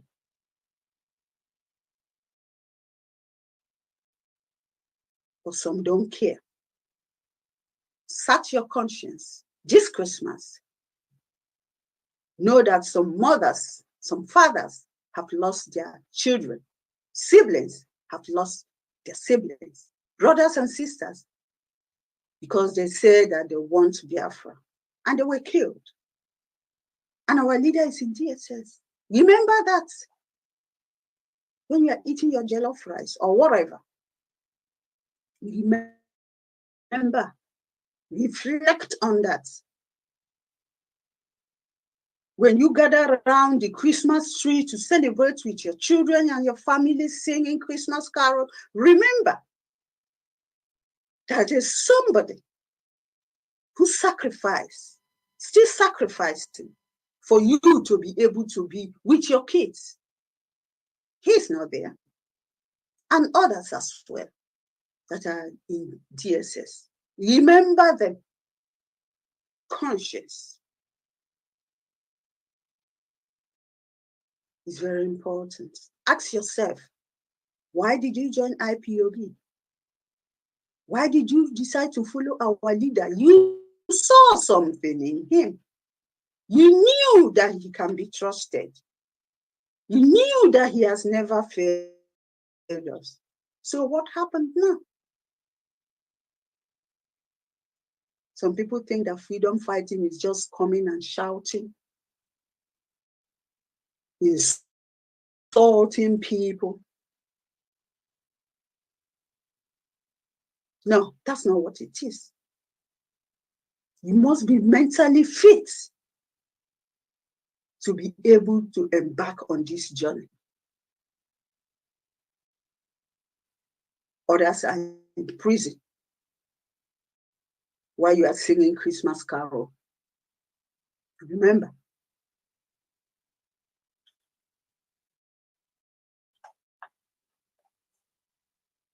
I encourage every one of us to remain steadfast, remain strong, consistent. One thing I know is that there is light at the end of the tunnel, and that our leader will be free and will join us. Think about it when you are having your Christmas. Think, where is my leader? Where are other Biafrans? Where are those that have lost their children in this cause of freedom? Where are they? Think about it. Remember our leader and his family in your prayers, and others that are in DSS and in other prison in Biafra land and in Nigeria, other parts of Nigeria. I don't have anything again to say than to say we keep marching to the end. No going back, because going back now is suicidal. No going back. We will see it to the end. And very soon, our leader will be out and join us together. Thank you, Barrister Onoha, for picking my calls this evening. Thank you very much, That's all Madam. I have to say. Well, thank you and have a brilliant and a wonderful holiday. Yeah, thank you. All right, you have heard it, and of course, that was the voice of Wada Nenayanya. She is the IPOB head of finance worldwide, and of course, addressing Biafrans this evening.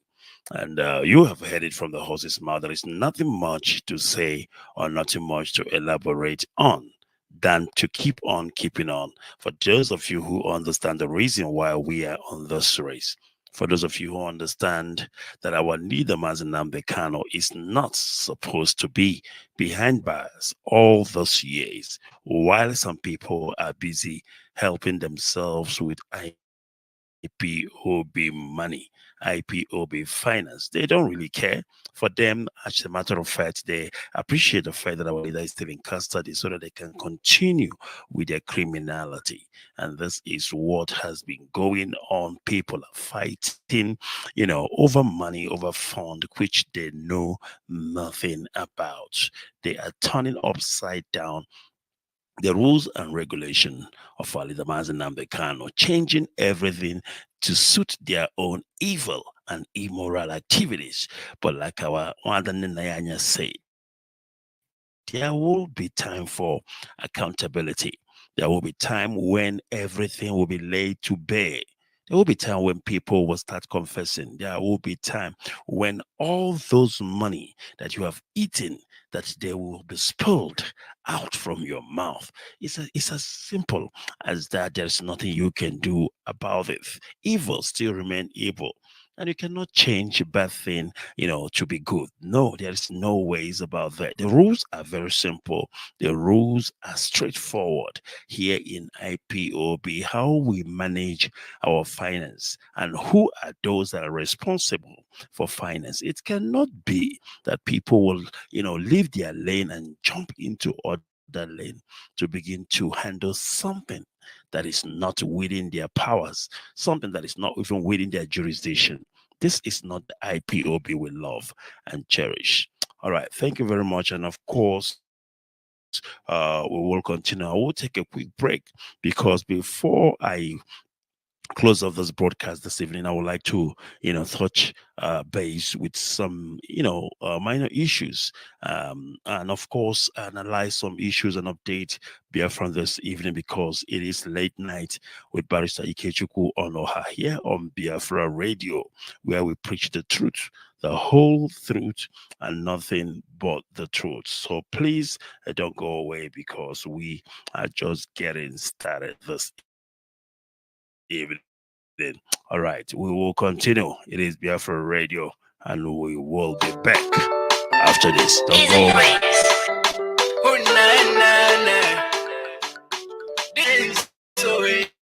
Video, and we are live. We are direct. Today being the 24th day, Christmas Eve. It is a day, of course, that we have brought to you this evening, a live broadcast, and of course, an emergency one from the head of Finance, Wanda Nenayanya, addressing Biafrans this evening. And of course, believe you have heard what she had to say with regards to our finance, and of course, how people are meddling into our finance, of course, where they are not supposed to meddle into. All right, before we go this evening, as I promised, I need to bring some updates. And these are informations that we have, of course, news making headlines, in our world this day. This is coming from Daily Post.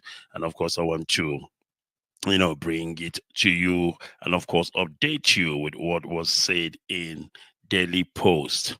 So It's read like this: Nnamdi Kano's family louds Ohaneze, Southeast governors, NAS members, and others. Nnamdi Kano's families loud Ohaneze, Southeast governors, NAS members, and others. And of course, let me tell you something. When you do the right thing, of course, we will laud you. We will acknowledge you.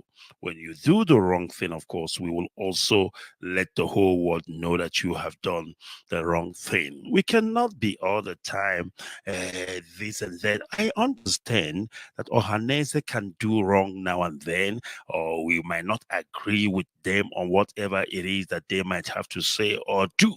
But like I said, when they do the right thing, of course, it is our responsibility, of course, to acknowledge the same. And this is what this freedom fighting is all about. It is all about leaving room and leaving options open for negotiation and of course for table talk when the needs call. I'll give you an example. Israel is fighting Hamas. But now and then they will come to, an understanding. They will come to a negotiation table whereby they say, let's have a ceasefire for 3 days. Let's have a ceasefire for 1 week for this and that. That is how it has to be. It cannot be that you are fighting for freedom, but you don't have option whereby you will be able to sit at the table and negotiate. You must leave option open for that. That is how it is done. It is called diplomacy. It is called negotiation. All right. So Nnamdi Kano's family allows Ohaneze, Southeast governor, NAS members, and others. So let us understand why that is the case.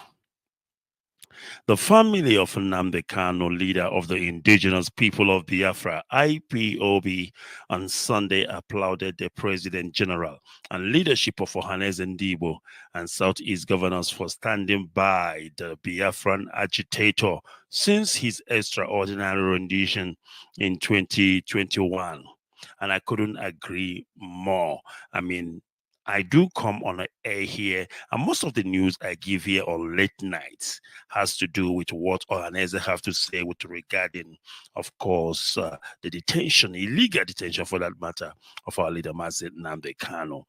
And of course, we do acknowledge that, and that is what we are talking about. And of course, we expect them to do more because at the end of the day, we expect, Biafrans, even those in politics, those in government, to speak out about the illegal detention of our leader Mazi Nnamdi Kano, because it is the right thing to do.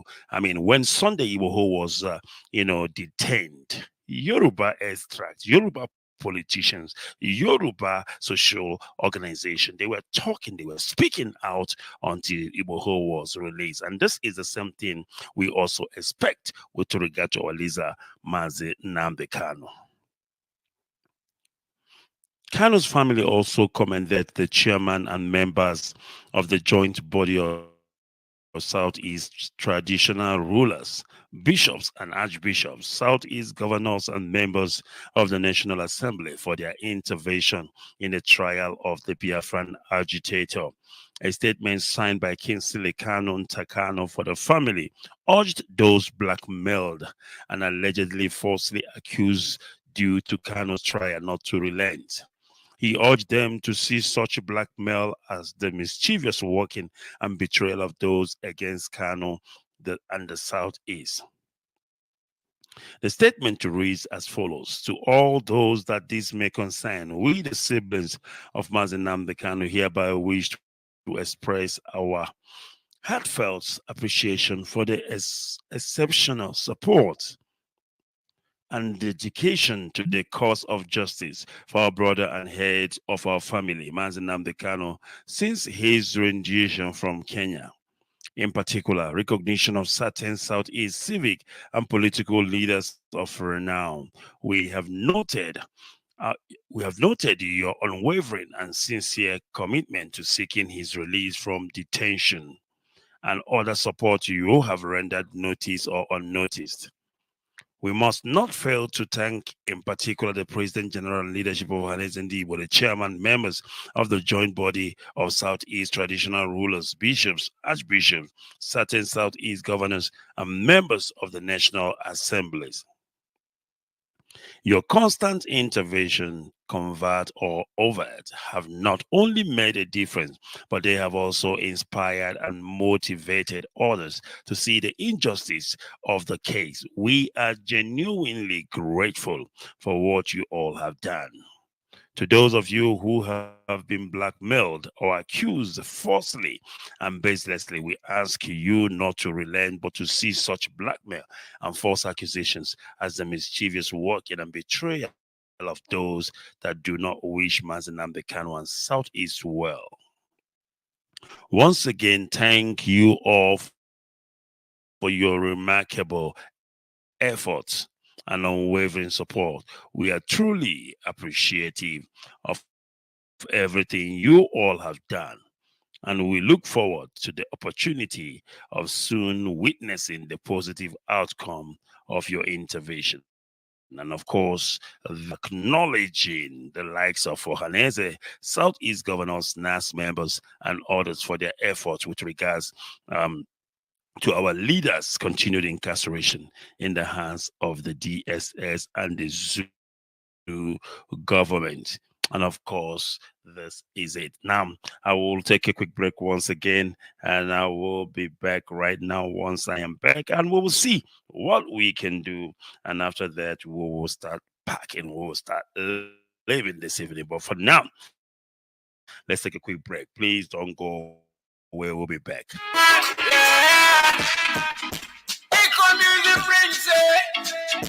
The original rap from bring back, bang, bang, bang. Boom. Okay. Every day we keep on moving. We keep on moving forward. Every day we keep on moving. We keep on moving forward. This is our time. It's our freedom time. Every day we keep on moving. We keep on moving forward. My brother, no boy, every day me and the communities are friends together. Yeah. So one day when you must be free, every time I look up to the sky, what you gotta see in our blessings are all over the Biafra land. We are back again, we are back again. Yeah. Make it give me my own, make you hold your own, yeah. So me, I don't want to take it, maybe by force, maybe by force, yeah. We're back again. Every day we keep on moving, we keep on moving forward. Every day we keep on moving, we keep on moving forward. This is our time, it's our freedom time. Every day we keep on moving, we keep on moving forward. My brother, no go back. I got my heart about the trust, I got it. Say no one marry again, no be by force, so it's just a simple mathematics. Make you do your own, make I do my own, no. We know they fight, make you give me my own thing, yeah. Yeah, the best and every day we keep on moving forward, back on every champion, no one can stop us. Yeah. Keep on moving forward, remember, make you way. Every day we keep on moving, we keep on moving forward. Every day we keep on moving, we keep on moving forward. This is our time, it's our freedom time. Every day we keep on moving, we keep on moving forward. My brother, you are my brother, my sister. Let's keep on moving forward. Biafra has come. This is our freedom time. Forward ever, backward never. God bless you, Nandi Karo. God bless you, Kandi. God bless you, Benjamin Matu. God bless you, the motherland. One love. Music breaks.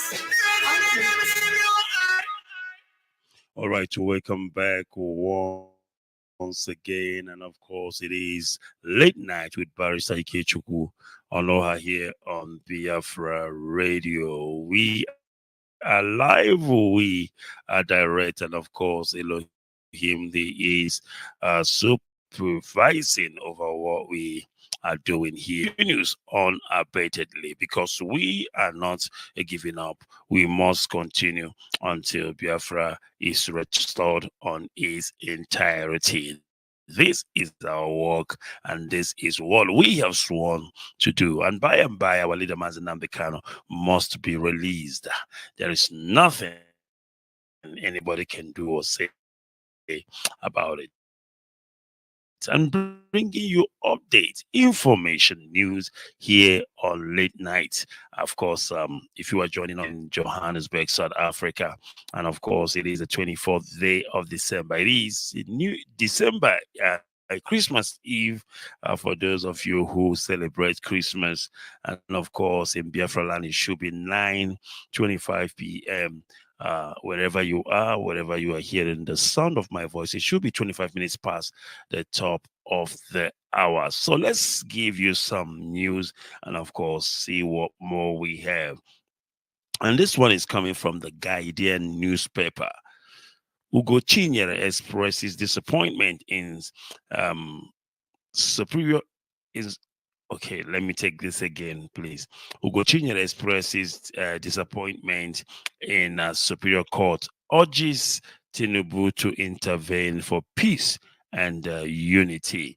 The spokesperson coalition of opposition lawmakers, Honorable Ikenga Imo Ugochinyere, has described as sad watching the Supreme Court denying Nnamdi Kanu, the leader of the proscribed indigenous people of course, I think the word proscribed should not be used anymore because IPOB is no longer a proscribed organization based, of course, on the ruling that we got even in Enugu High Court. So the word proscribe is no longer legal to use on IPOB. So let me take this once again, and of course I'm going to delete that word proscribe because it is inconsequential in our case as a people. The spokesperson coalition of opposition lawmakers, Honorable Ikenga Imo Ugochinyere, has described as sad watching the Supreme Court deny Nnamdi Kanu, the leader of the indigenous people of Biafra IPOB, justice after declaring his Kenya abduction and home invasion illegal in the same judgment. You know, it is, I don't know, it's so baffling. It is so baffling that you would expect more, you would expect better from a court of higher jurisdiction like the Supreme Court. I mean, how can a court speaking from both sides of their mouth? I mean, the Supreme Court condemned the invasion of the house of our leader in Afaruku Ibeku, and also condemned the illegal abduction of Onyendumazi Nnamdi Kanu in Kenya. And yet again, you are denying the same man freedom. How does that work? You say that his house invasion, the so-called Operation Python dance, it was illegal. That's what the Supreme Court ruled. And again, in the same judgment, you ruled that extraordinary rendition of Mazi Nnamdi Kanu is also illegal. Then what is left is for you to do what? Let the man go. But no, you did not. Rather, you still refer the matter to the High Court. Does it make sense? And of course, that is the kind of justice you will always see in the zoo called Nigeria. Unbelievable. Unbelievable. I mean, a Supreme Court of Appeal is one of the highest courts, or rather the highest court in the zoo called Nigeria. And anybody will expect, a powerful ruling from such a court. Everybody will expect them to do the right thing, but rather they keep speaking from their both side of their mouth. All right, we must continue. It is still Biafra Radio. We are live, we are direct, and of course, Elohim, He is watching us from above. We will be back after this, and of course, to bring you some more information before we wrap this up. It is, of course, the 24th day of December 2023, time standing at 10:29 p.m. here in Johannesburg. It is late night with Barrister Ikechukwu Onoha. Please don't go away. We'll be back after this.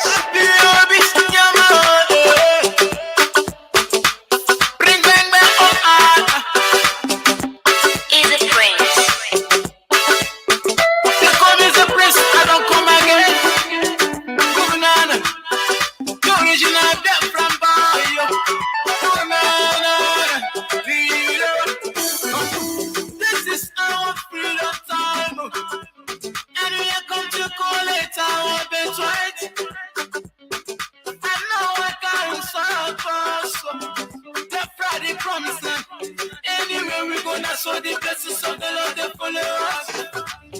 Anywhere we go, that's so the blessings of the Lord they follow us. Go no, we never hear go here. Say that problem come. We are the best. We are the best. Now. We are the body one. We are come to freedom time. Every day keep on praying to God. It's our freedom time. Now so we keep on moving forward. I feel hope is in your mind. I feel hope is in your mind. Different people in your mind. Different people in your mind. We never just like that make it on. It's not that make it on. It's not that make it step on it down.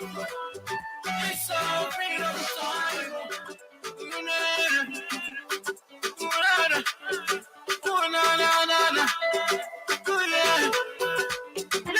Promised land, they're from the promised land. They're from the promised land, they're from the promised land. Yeah, when I look up to the sky, I can see the sun is shining. It's shining all over Biafra. We are the best. I give thanks to God for the blessings on us. All right, we are back again, and of course, you are tuned in to Biafra Radio, and of course, we are live. We are direct. Trust me when I tell you that this is the place we preach the truth, the whole truth, and nothing but the truth.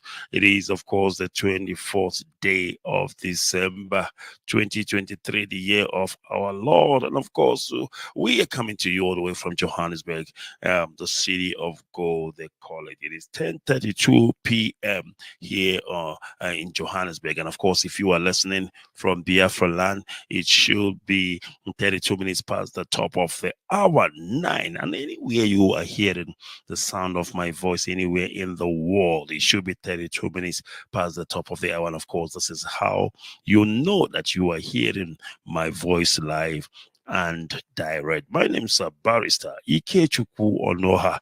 I am called for this restoration effort, and of course, there is nothing you or anybody can do about it because Chukwunyerana Onyechago. All right, let's see what more we have for you with news information, because that is what late night is all about, bringing you news and information here on Biafra Radio. The Guardian. Let's see what the Guardian have to say. Southeast Development Commission bill passed third reading at House of Reps. As you may know, it has been many years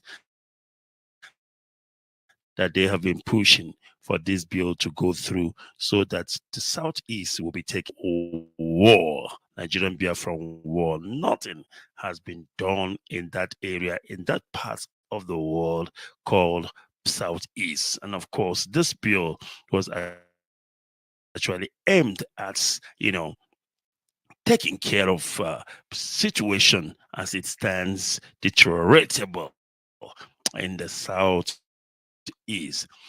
53 years after the conclusion of the Nigerian Civil War, the House of Representatives have passed through the third reading of a bill seeking the establishment of the Southeast Development Commission.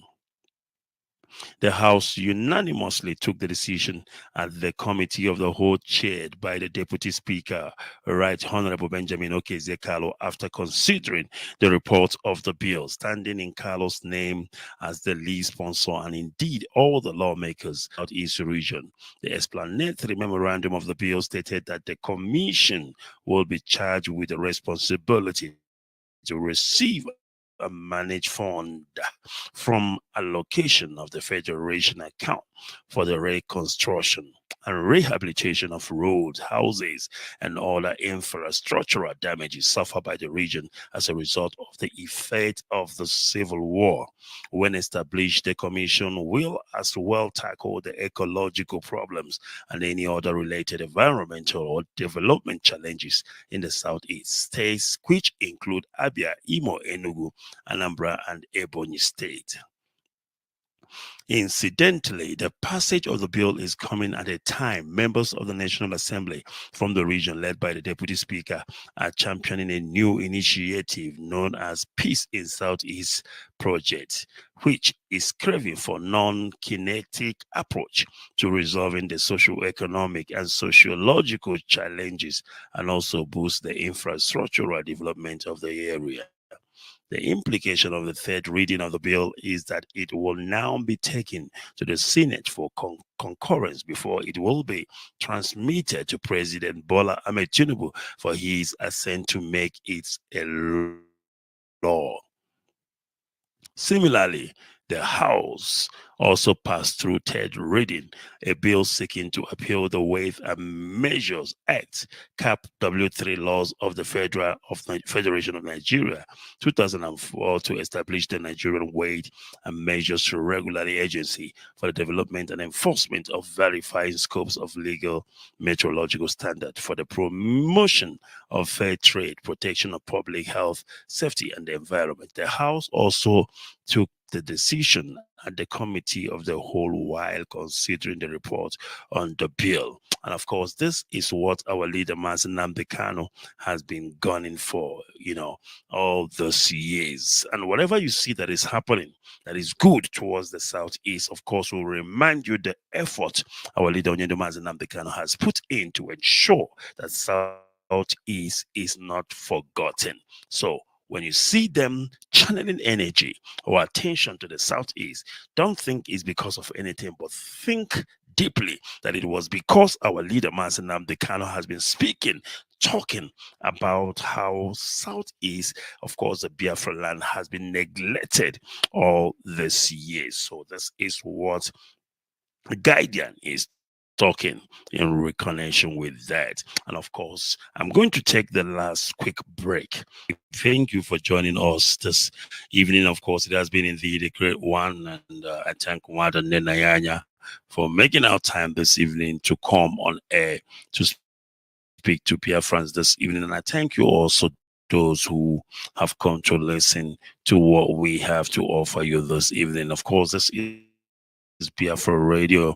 It is where we preach the truth, the whole truth, and nothing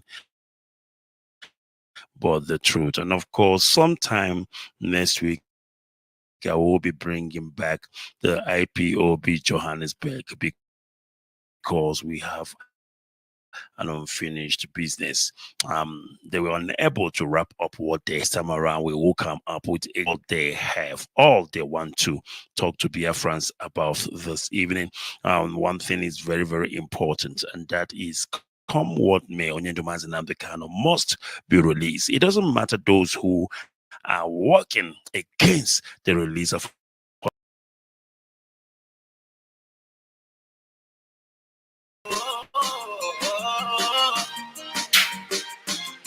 All we want is our freedom. All we ask for is our freedom. We are not here to fight anyone. We are not here to quarrel anyone. We have come to collect what belongs to us. All we need is our freedom. I know we can stop us all. Yeah. Wave your flag, wave your flag. I want Biafra flag on. Wave your flag, wave your flag. I want Biafra flag on. Wave your flag, wave your flag. I want Biafra flag on. Wave your flag, wave your flag. I want Biafra flag on. We are the people, we love our unity. We are the people, with great nation. All we want is our freedom. No one can stop us. Let's keep on playing for freedom. We are the best, all over the places. Biafra the promised land. Wave the flag, wave the flag, wave the flag. Let me see you now. Wave your flag, wave your flag. I want Biafra flag on. Wave your flag, wave your flag. I want Biafra flag on. Wave your flag, wave your flag. I want Biafra flag on. Wave your flag, wave your flag. I want Biafra flag on.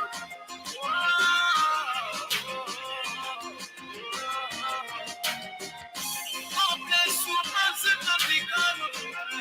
God bless you, Benjamin Madugu. God bless you, Tukandi. God bless the mother and girl.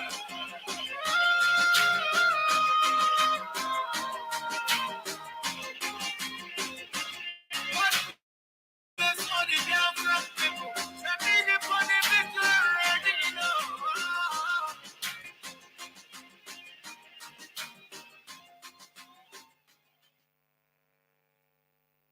Good evening, great Biafrans and wonderful people.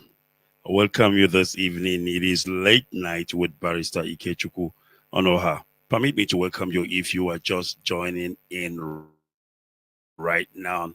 And of course, I would like you to share our broadcast far and near. And of course, invite other people to join us this evening. Of course, what we do here in late night is to propagate this gospel according to the restoration of the sovereign state of Biafra. And this night will not be an exception, I tell you that. So we will, of course, this night be preaching that good news here on Biafra Radio, where we preach the truth, the whole truth, and nothing but the truth.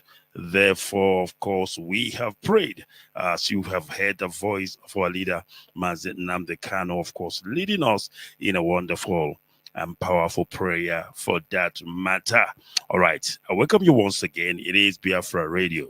My name is Barrister Ikechukwu Onoha. I hear from Omowa, and for those of you who don't know where Omowa is in Biafra, and of course in Olo province of Biafra land for that matter. So this night we will be doing the needful, and I will be having one of our own all the way from the United States of America, who will be joining me shortly, of course, to assist me in analyzing news and information this evening. It is Biafra Radio. We are live, we are direct. Of course, the time here is 10:10 p.m. in the evening. In case if you're listening from Biafra land, it should be 10 minutes past the top of the hour, 9 p.m. in the evening. It doesn't matter wherever you are listening from.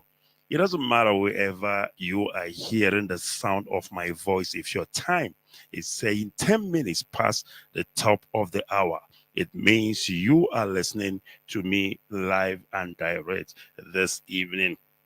All right, without wasting time, because our time is not friendly. I think what I need to do is to bring up our brother and comrade Mazi Ichie Ezioku and see if he is available to join me. And of course, when I bring him in, I will then go into news and analysis. And once I am done with news and analysis, then I will get him in to get his take and of course help in analyzing the same. So let me call Mazi Ezioku and of course see if I can get hold of him. Very, very important. And I would like him to greet Biafra then I will commence with the news, because what we do here on late night is news analysis and information. Let me see if you can hear me. Mazi, good evening from here. Can you hear me? Mazi, good evening. I can hear you loud and clear. All right, and then watching again. This is Mazi Ichie Ezioku. Mazi Workers is late night with Barrister Ikechuku. I would like you to greet Biafrans, and when you are done doing that, and of course, I will go in analyzing the same. Please go ahead, Mazi. Thank you, Mazi. Actually, Barrister. Anyone will do. It's not a problem. It is not easy, because we've got a lot of names that were being called, and Onyendu initially when they called us miscreants, Onyendu said he's number one miscreant. Absolutely. And I remember one time that they asked me, some of our members asked me that question. They said I'm a miscreant. I said yes, that I'm number two. That actually Onyendu is number one, so I'm number two. I think I am number two. Maybe you're number three, I guess. I think you're number three. No. We will struggle that one, But Kosin already, I greet all Biafrans, those sleeping, those awake, those still enjoying themselves in this Christmas, Merry Christmas, and the prosperous New Year to come. And I really thank you for having. Thank you very much.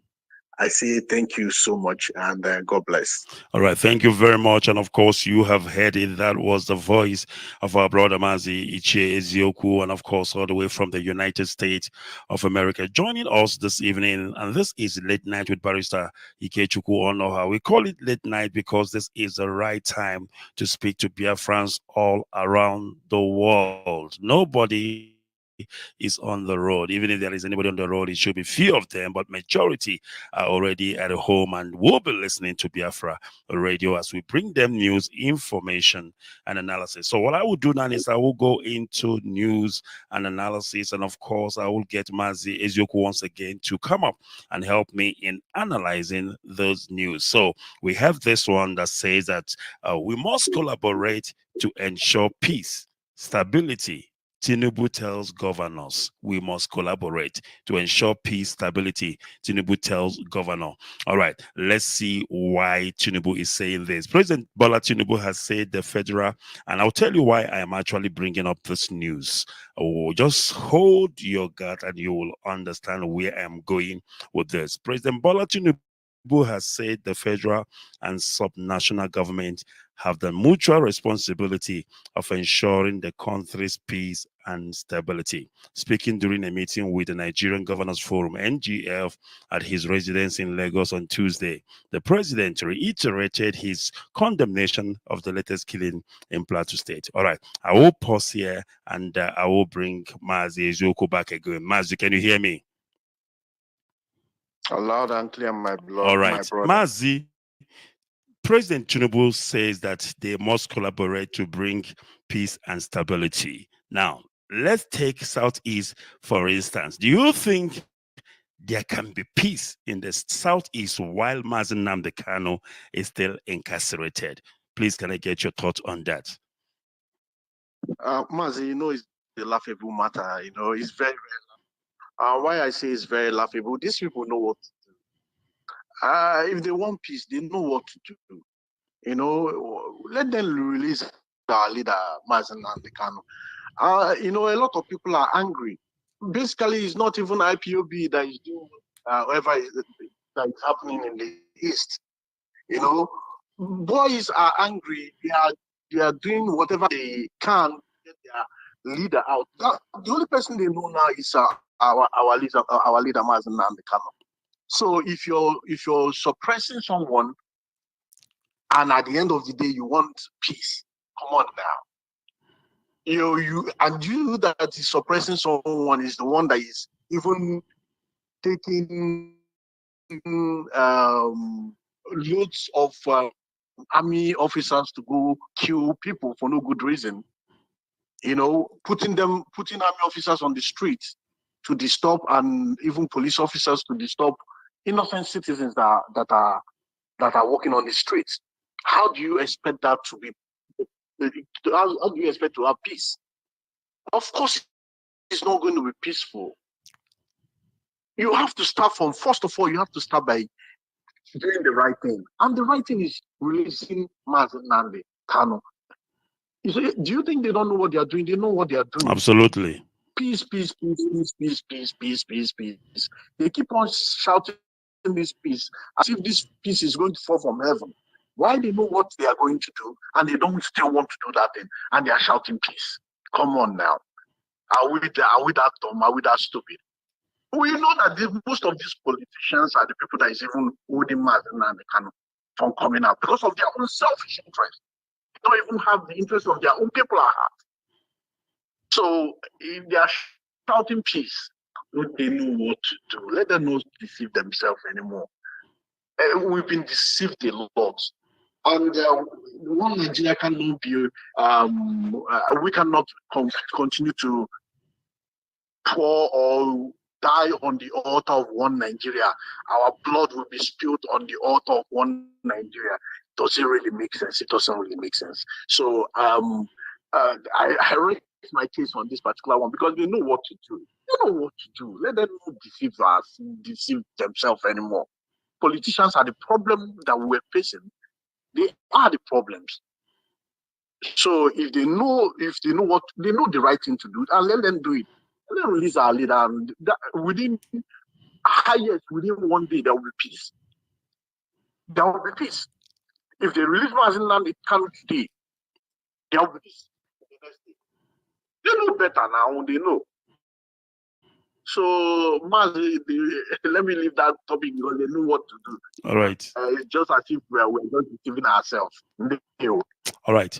Mazi, on the same topic, on the same subject, there was a case that was told to us, in the Bible when they talk about King Solomon, when he judged a matter between two women, the other one, I think it was, there's a one that's, I don't know if I'm on the right track, but there was a story whereby, this woman, there was famine in the country, and the other one was saying, okay, bring your child. Was bringing her old child, they kill, they eat. When it was the turn of the other woman to bring her child, she refused. Now, that takes me back to Sunday Goho, who is a Yoruba man. Of course, Tinubu and the rest, the Yoruba elders, they did everything possible to ensure that Iwoho was released.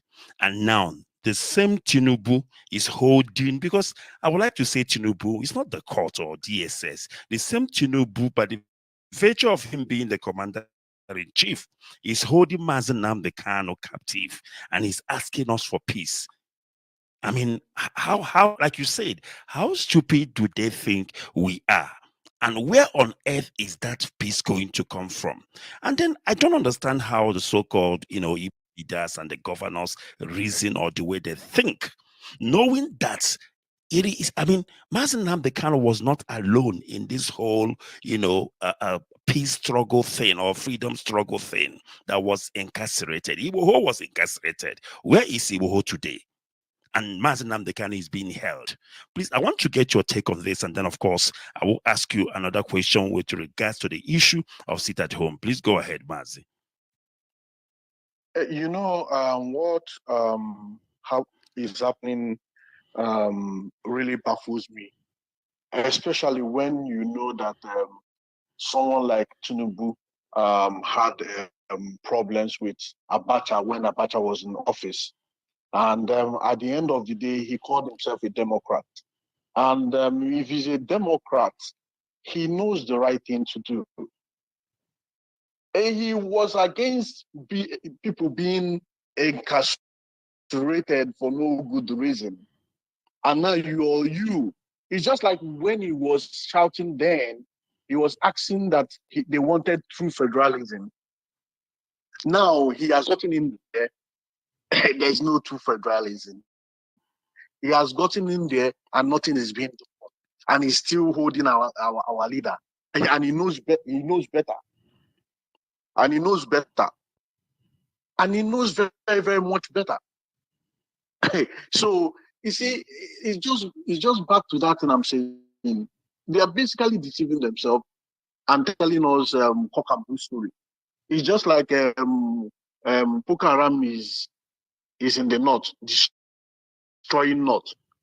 They are packing all the whole military. They are bringing them in the east to come and even the aircraft to come and bomb the east. How does that justify what Boko Haram is doing and what some people, not even IPO, not even ESN, are doing?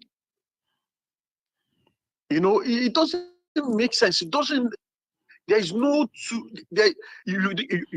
Did you see anybody that they are bombing their house or getting into a whole village and slaughtering a whole village? It doesn't happen here, but they are in the north.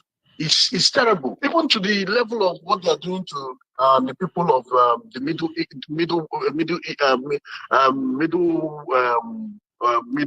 the west Gaza. or Midwest or you know, it's crazy.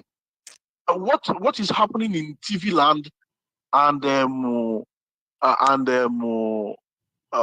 Taraba, all these places? It is horrible. The way people are being murdered over there, and you still see these guys coming over here to come and fight over nothing. Coming over to the east to come and fight over nothing. It doesn't make sense. It doesn't really make sense. And I don't see how they can justify what they are doing. If not that our so-called politicians and our so-called elders are allowing it to happen. If they are stood their ground, look at the way people was released from prison. Obasanjo went, Wole Soyinka went there. In fact, let me tell you something. Go ahead, because, please. You know, we have meetings sometimes. We have meeting with these Oduduwa Republic leaders. And one day we were talking, and I said to one of their leader, and I said to him, I know that that Wole Soyinka and the rest of them are supporting you guys indirectly. He didn't say anything. He kept quiet. I asked him again. He just smiled and shrugged it in, shoved it off one side. I laughed. I said, you see what is going on? And this is the same. These people are protecting the interests of their own people. Why these people are bringing the military over for our people to be murdered for no good reason?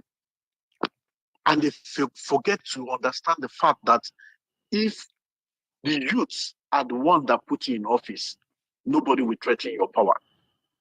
That's one thing they forget. And when you used to tell them this. So it's unfortunate what is going on. The Yorubas are doing their own. Even go to Osun State, where Miniko, at that time, was their governor. They used their national anthem, not Nigerian national anthem. It was all over the place. What did they do to them? Did they kill any of them? Anytime they demonstrate on the street, do you see any of them being shot at? None of them will be killed. In fact, they will if they arrest any of them, all of them will keep there, and at the end of the day, they will be released. They will be released. But our own, because we have no value in Nigeria. Just kill us, and still you don't want to let us go. My brother. Thank you very much, Mazi. Mazi, let's talk about this. You know, some time ago, not long ago, our leader issued a letter, from detention and told, people to sit at home. Now, when you look at it, our leader has displayed indeed that he wants peace to return, in the southeast. But yet, there is no returns gesture from the zoo called Nigeria.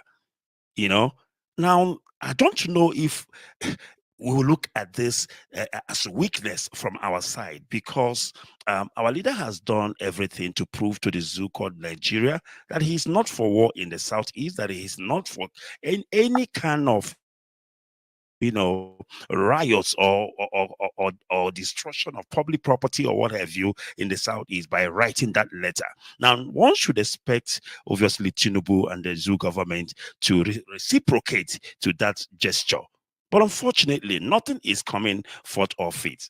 I don't know what you'd make of it. Well, if somebody is holding your scrotum, what will you do? Is it not to beg the person to release you? If we want a situation whereby sometimes our people don't understand this, because if they destroy the economy of our people, they are happy. But why destroying the economy of our people? They are destroying themselves too, and they don't understand. Okay, let's take for instance, Oyindu gave an instruction, and the federal government, after Oyindu has given the instruction, the federal government, what they should have done was to say, this man, he truly wants peace. Absolutely. Let us even call him. Let us even call him for dialogue. Let us know what he wants. Obviously, they already know what Oyindu wants. But because, let us even tell ourselves the truth, because I like telling myself the truth. Then when I tell myself the truth, we will know where to solve our problem. Because we have bad eggs and bad leaders. Ndakazu, Ndaromani, people that wants to take over leadership where they are not supposed to take over leadership. Criminals, liars, and deceivers. That is why sometimes some certain things are not working perfectly well the way it's supposed to work. And I know you understand where I'm going to, but I'll just leave it at that. All right. But sometimes I'm like Ibn Guafa, because that is me for you, So, back to what we're saying, Oyendu has shown that love, has shown that gesture to the leadership of Nigeria. It remains for them to reciprocate, and things will be good in the southeast. It's not even only us now. The eyes of everybody is open. It's not only us that is talking. Some of the Yoruba people are now talking. Some of the Hausa people are now talking. So, it's touching everybody. And so, we are still there. All right. Thank you very much, Mazi. While I go to this news, of course, and I would like to get your input. Now, this is more like responding to what Tinubu have said with regards to peace. And this is coming, from Amobi Oga. He is a representative, member representing Isukwato Monochi Federal Constituency in the House of Representatives. And this is what he has to say, of course. Honorable Amobi Oga has argued that the release of the detained leader of the indigenous people of Biafra IPOB, Mazi Nnamdi Kanu, is a prerequisite to a lasting peace in the South East geopolitical zone. And he went on to say, we can't talk about peace in Southeast without releasing Nnamdi Kanu. Please go ahead, Mazi. Let me get your thoughts on this one.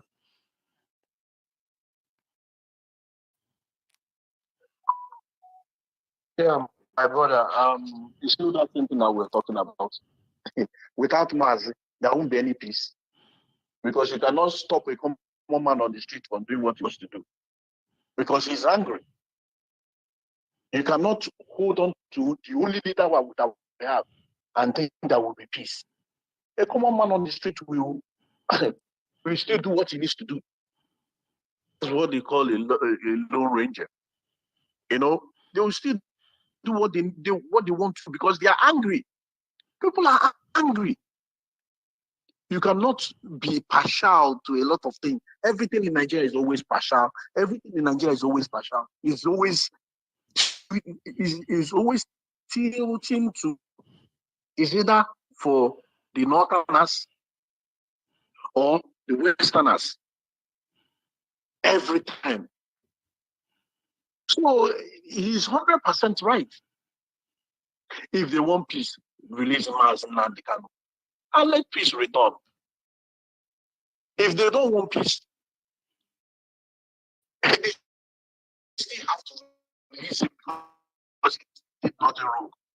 They want to kidnap. Maz has never carried gun before. Maz has always advocated for peace. So why would they now go and carry him? For what reason?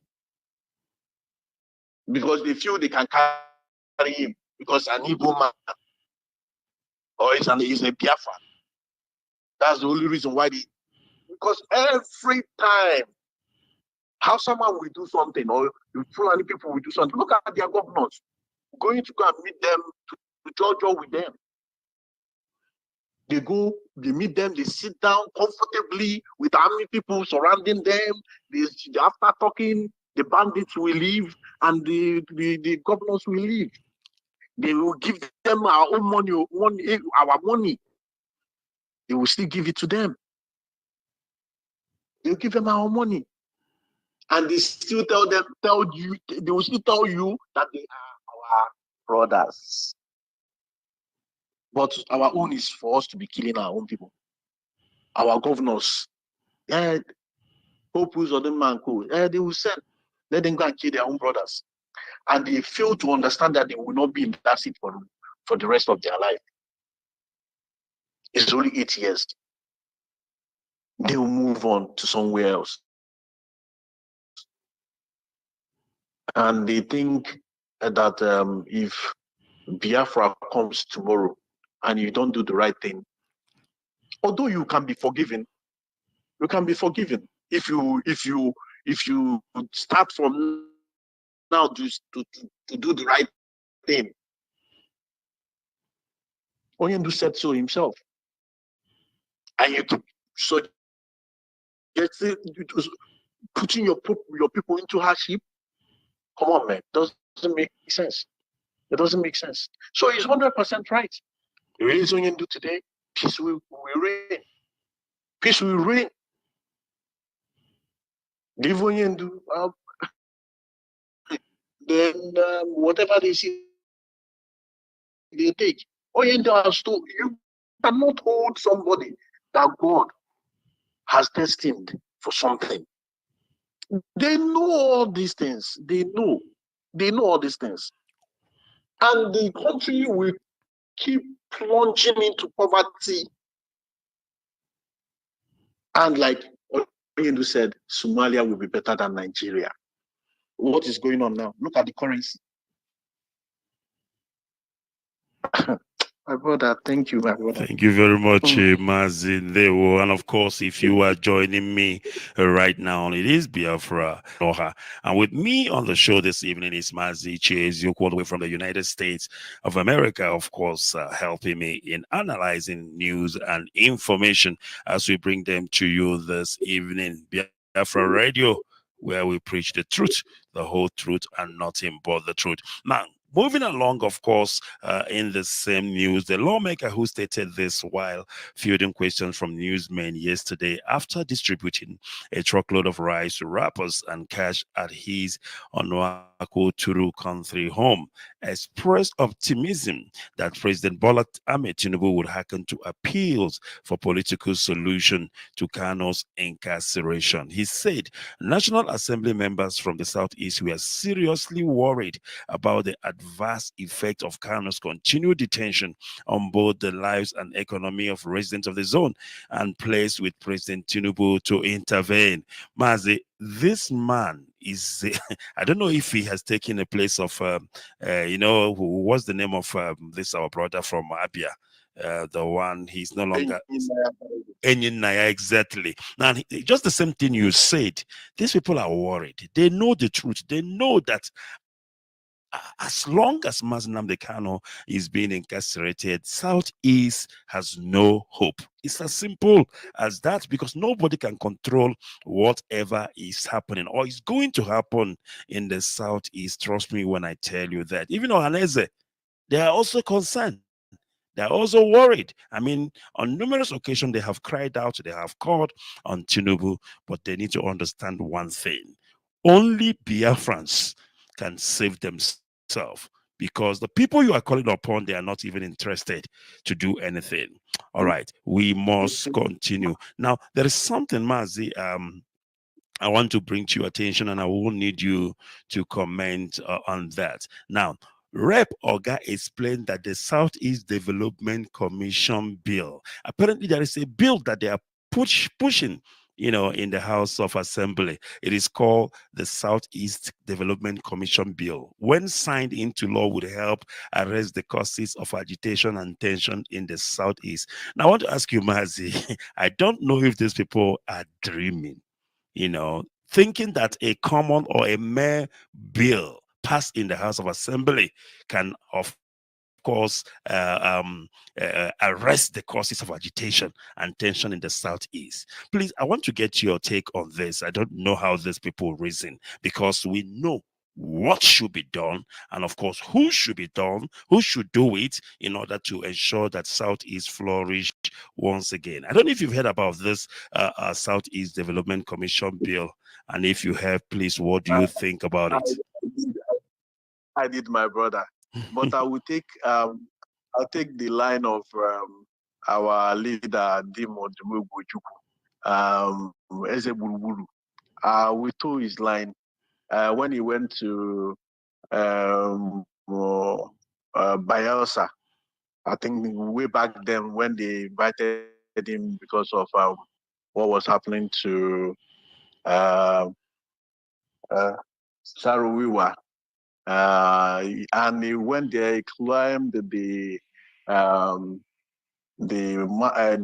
what's it called, the podium, and he said, "Kukuruku, Chiefo, good morning." He told them good morning, and he turned around and walked away. In short, I don't even have anything to say about that one. So what I'm just saying is, Kukuruku, Chiefo. So this is their money. How is that going to stop what is going on? I don't, like I said, these people are just stupid. They are just playing stupid, but we know what they are doing. It's just mere camouflage, just like that. Let us be doing it, one way or the other, it will fall in place. And they know it will fall in place. They just, for them to let time be going, their tenure will be passing. And that's what they are doing. So, Kukuruku, I say good morning to every one of them. This is when the 20 pounds era, right? That's what they are trying to tell us, because it's not now that this thing was supposed to be implemented way back then, after the Civil War. So it's now that they are implementing it. Now that they are bringing it. Far good morning. All right. Thank you very much, Mazi. And of course, moving along, attacks kill at least 160 people in central Nigeria. Military gangs, locally called bandits, launch the well-coordinated attacks. Armed groups have killed at least 160 people in central Nigeria in series of attacks on villages. Local government officials said on Monday. The toll marked a sharp rise from the initial figure reported by the Sunday evening of just 16 dead in region pledged for several years by religious and ethnic tension. Mazi, I need your opinion on this. You see how easily it is for them to twist it, and now they're saying it's religious tension. What kind of religious tension? It's like Nigeria is going backwards to where they came from. The days of massacre by Boko Haram. But now they're finding a way. Initially, they say that it's only 16 people that died, but now we know that it is 160 people that were massacred. And of course, they are trying to say no. That's what they do. They tell the international community, no, these people are not terrorists. They are bandits. What the hell is bandits? Please go ahead, Mazi. My brother, you know that lying to ourselves in Nigeria is what they use as their bread and butter. Yeah, it's just like their bread and butter. Let us go a little bit, behind. And what were they calling them before? Hessman and they said is farmers and how did they farmers and hoarders. That was what they were describing it to be. Farmers and hoarders. And that was what CNN was calling it that time. Then we have to tackle CNN. You people are crazy. How can you be calling this? We have to send pictures of middle belters that was slaughtered in their house. You see, this is the problem. It's still the same Biafrans that is fighting for every other person. People don't even know what we're doing. You send pictures, send everything to them. How can you call these farmers and herders clashing? Okay, you see a woman, the child, and the father in a house slaughtered, and you are calling these farmers and where's the farm here? Where's the herders here? And they tell you, well, it's not in our policy to discuss on certain things. This is what CNN does. This is what BBC does. BBC's one is that when you send it, because they have a WhatsApp page, a WhatsApp number, which when you send it, I think it appears on a large screen. Okay, so when we kept sending all those things to them, the thing kept appearing on the screen, and they have to now send a message to me that I should not be, when I want to send this thing, that I should warn them that this thing is so so horrible, that we shouldn't be it's so graphic, that I shouldn't say. I said, but this is what is going on in Nigeria. How come you guys are not reporting the truth? How come you guys are not saying what is actually happening in Nigeria? So back to this place, to the middle of Nigeria, Benue and the rest of them, or Taraba, wherever they are, that they are killing all these things that they are killing. It is still the same thing. It is still these terrorists. It is still these Fulani people that is murdering people. We know that in Edo, some part of Edo, you have to pay them to go to farm. You have to pay these terrorists to go to farm. That is what Nigeria has turned into. This thing they see doing in the Middle Belt. That is what they are doing over in Edo. That's why we say thank you to our leader. If not for a member of ESN, by now you can't even if you cannot come to your father's land, because they will ask you if you're Muhammad or this thing. This is what they've been planning since. This is what they've wanted to do since. But unfortunately, thank God for God being God and bringing our leader when he brought our leader. If not, by now, none of these people that goes around throwing money around in the club, instead of using that money to do good things, to support what we are doing, they'll go around throwing money in the clubs. That's what they do. Just for them to answer name. So all these things, they know what to do. They know the right thing to do. They know the people that is doing this thing. They know now. They know the people that is doing this thing. After all, Dubai, there was an investigation that was done in Dubai. They called the names of the people that was sponsoring terrorism in Nigeria. What is going on with that investigation? All those names, why didn't they pick up those people up? Till today, they've not picked up any of them. So who is killing who is lying to who. They know that. That's why I said initially, how can you? Okay, people used to say, how can you leave the ass that farted now go to the head and knock the head? It doesn't make sense. So this is what they are doing. But you know what? My joy is that one thing. When said this thing, and it's just like joke. He said that they will come down and they will die here. They will die in Biafra land. They will leave their place and terrorists will take over their place. Is it not happening now? It's happening. And they fail to understand that our leader is a chosen one. And if he's a chosen one, they know better because they go to Afar, they go to pastors. All these people you're seeing, they know what is going on. But they will not want to do the right thing because of the blood of innocent that they are shedding to do their sacrifice. They were my brother. Thank you very much. And of course, if you are joining us right now, it is Biafra Radio. We are live. We are direct. Trust me when I tell you, today, of course, is the 26th day of December, the year of our Lord. And time standing here at 10:47 p.m. in the evening, Johannesburg is where we at. And of course, if you are listening from Biafra land, the holy land of Biafra, it should be 9:48 p.m. in the evening. And of course, it is late night with Barrister Ikechukwu Onoha. Late night is where we analyze news and information.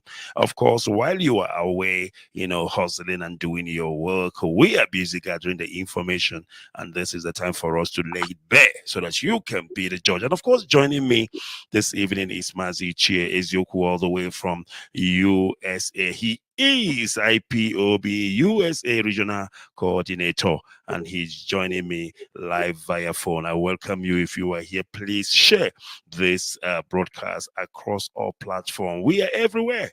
Biafra Radio, we are there. We are also on Twitter, on Biafra Radio on Twitter. Trust me when I tell you that. My name is Barrister Ikechukwu Onoha. And of course, moving along, Amnesty International criticized the government in the wake of the attacks, saying the Nigerian authorities have been failing to end frequent deadly attacks on rural communities of Plateau State in a post which they posted on X, formerly called Twitter. All right. Now, Banzi, I want you to pay close attention.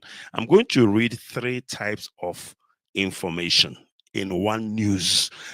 When Nigerian government lies and their newspaper lies, they forget the one that I've told before. They will contradict themselves. Now, listen to this. First of all, this is in one newspaper. It says, Northwest and Central Nigeria have been long terrorized by bandits, militias operating from bases deep in forests and raiding villages to loot and kidnap residents for ransom. Now, listen to another version.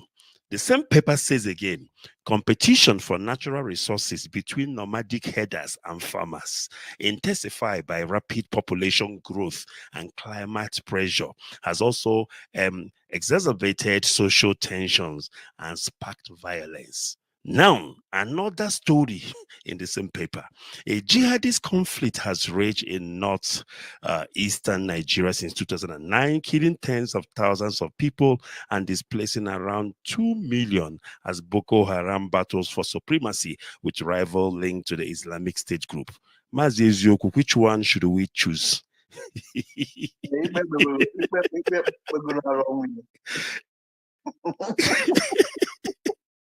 Please go ahead, Mazi. Please help me to understand. I am lost.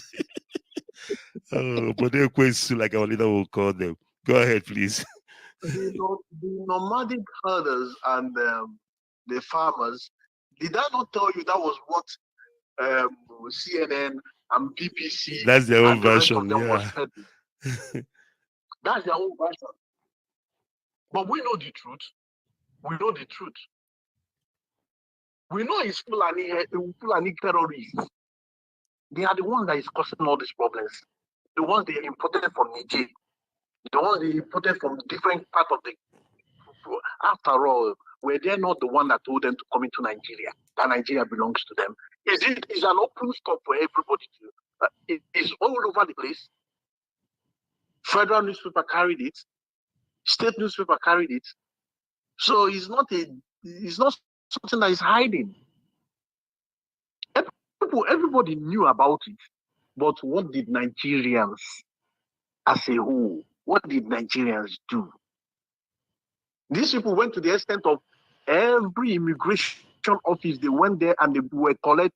See, let me tell you the reason. One of the reasons why they did all this DVN or whatever they call them, or that they are imitating America as social security and the rest of them, is just to legitimize the Fulanis that came from all over African countries to Nigeria to suppress and intimidate and harass the people, the indigenous of Nigeria. That is just it. Just to normalize them, make them as citizens. Because I can categorically tell you that during that time they were collecting, they were in all the, if some of these immigration people can tell you the truth, they were there collecting their numbers. This INN, whatever they call it, numbers, they were collecting it. And because if you collect that thing, you're automatically a Nigerian. And they weren't asking them questions. Nobody could send them back because the instruction was give these people what they want. So, like we're seeing all these things, we know what is going on. Tinubu knows what is going on. I think Onyovan and Asisi are here now. And I know the reason why I said so. I was talking to one of my friends a few days ago now the States. You know, I was talking to him and somebody came. I was now complaining that Tinubu is making Yoruba people this, is making Yoruba people that, is making Yoruba people that, is making Yoruba people this. I looked at him. I told him he's stupid. He looked at me, bounced back, he looked at me. I told him you're very stupid. Why are you complaining? When Buhari did it, why didn't you guys complain? You complained a little bit, everybody. They told you guys that it is Buhari's prerogative to do whatever he feels like doing when it comes to his security and when it comes to his cabinet. Everybody shut up. Now, Tinubu is doing it. Leave Tinubu. Even if Tinubu wants to use his son as the vice president, let him use his son as vice president. Let us be suffering it. We say, let us go. You guys say no. Let us be. You guys say no. But it is for us to be sacrificing our lives on the altar of one Nigeria. I say, let us suffer it. Let everybody suffer it. So these people know what is going on. They know the people that is Boko Haram. After all, they are part of the people that are sponsoring it. And we even know that some elements, some foreign elements are backing them up. We all know this. So at the end of the day, everyone that says that doesn't know what is going on in Nigeria is a politician, is a liar. They are all lying. They know. It is for them to do the right thing. I'm telling you, if they start arresting all the people that is involved in Boko Haram today, Boko Haram will cease to happen. Abacha said that any form of insurrection that lasts more than a day, then you know that government hands are in it. So they know what is going on. It is still the same politicians. How did this Boko Haram issue start in yourself? Is it not because of politics? Is it not because of politics? It is politicians that the guy helped way back there, leader helped to achieve governorship. At the end of the day, they pay me my money, it became problem. They went and killed the guy. From there, it became a problem. Now they started using the guy to suppress Jonathan. We all know this. At the end, they started using some of them to suppress him back when Buhari got into before Buhari got into office. Come on, they know what to do. They know what to do. It is them that is sabotaging themselves. Didn't you US armies they came to Nigeria way back then, and they left. When they did them interview, they said that it was the army that was sabotaging everything that they were doing. So if they want to go to a mission, it will still be the same army that will now go and tell some people in the army will now go and tell these people that they all have information. Then when they go before they get there, they will be ambushed. Then they now have to leave. They now have to leave because they know that you people are the ones sabotaging yourself. Even some army officers are saying that this is their best time, because sometimes they will just go and raid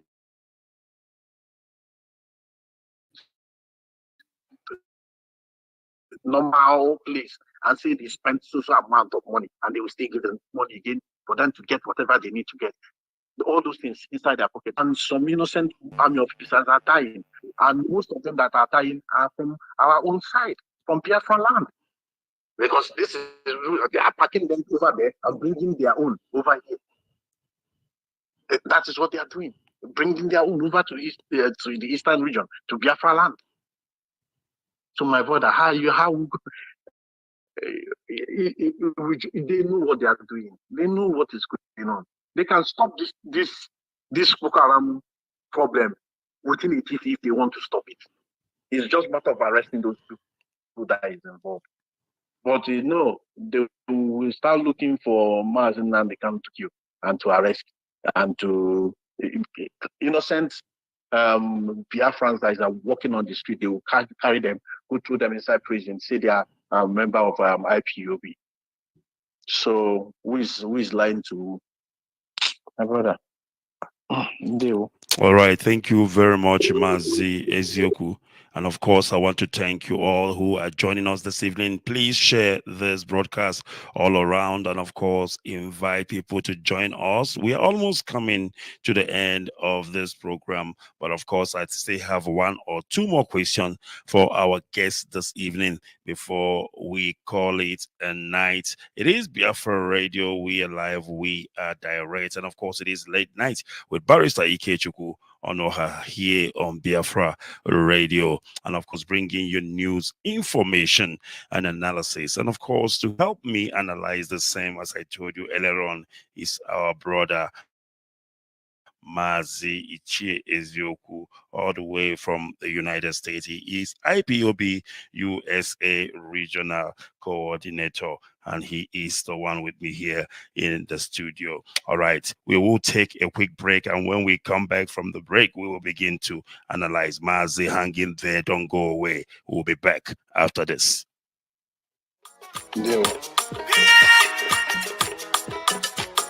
They call me the prince, I don't come again, you know.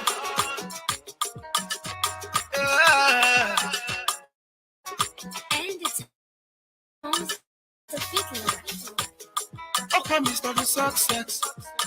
And the microphone. Freedom. Get on to where we fight for this freedom.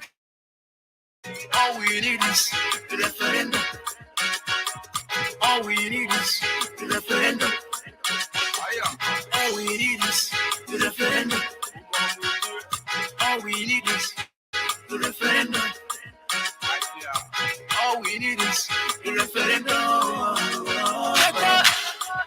Tell me what to do, tell me what you do, tell me what you see, tell me what you see, tell me what you know. When we talking about the referendum,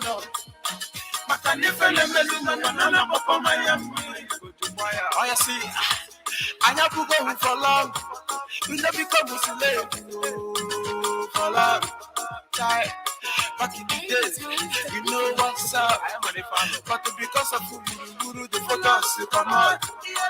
I remember when my father did tell me about the war. Then spend so much money just to Google it. Yes, you go. Success, one my typically go man. You don't tell when we fight for freedom. You don't tell when we fight for this freedom. All we need is the referendum. All we need is the referendum. All we need is the referendum. All we need is the referendum. All we need is the referendum. Oh, yeah. You don't tell me to fight for this freedom. To put the cap on my eye, go rescue your children. Even if I can't say one never make we don't mind all these politicians, so no mind never just come around or promise us heaven and earth. Oh, you no go see anything after the election. No election in Biafra land. Oh, we go sit at home that day, make you no forget. Yeah. It's the peace and success you have your Panama son. Nande can chukuga kosiringi. Your friend the motherland, chukuga kosiringi. Oh. You don't tell when we fight for this freedom. You don't tell when we fight for this freedom. All we need is the referendum. All we need is the referendum. All we need is the referendum. No election in Biafra. All we need is the referendum.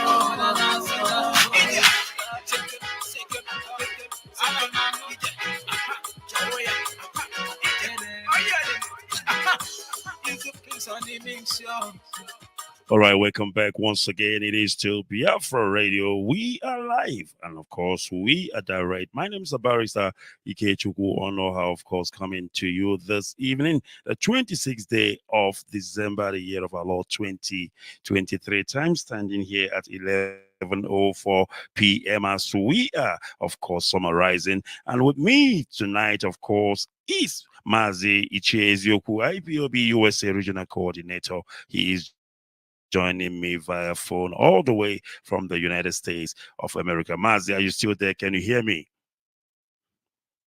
Very much. All right, yes. Mazi, let us do a bit of housekeeping. I want us to bring it home as we are about to, summarize. Mazi, of course, you are not a stranger to this struggle. You have been around and you have seen the way things are going. And I want to go specifically to the issue of finance in IPOB, because we need to talk about these things. We cannot play an ostrich, when things are happening and pretend that they are not happening. Mazi, it turns around, it turns to be, or rather look like, everybody now have turned to be a finance officer.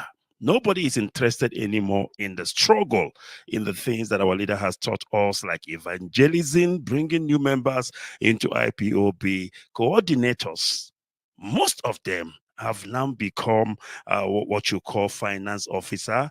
Bank accounts are being opened left and right just because our leader has been incarcerated. I want to get your input on this. The order is clear. Even the code of conduct of IPOB is clear. Even if you don't agree or you don't like it, the bottom line remains that there is a code of conduct that tells us what to do. I've worked in a corporate company, a corporate world, if I may.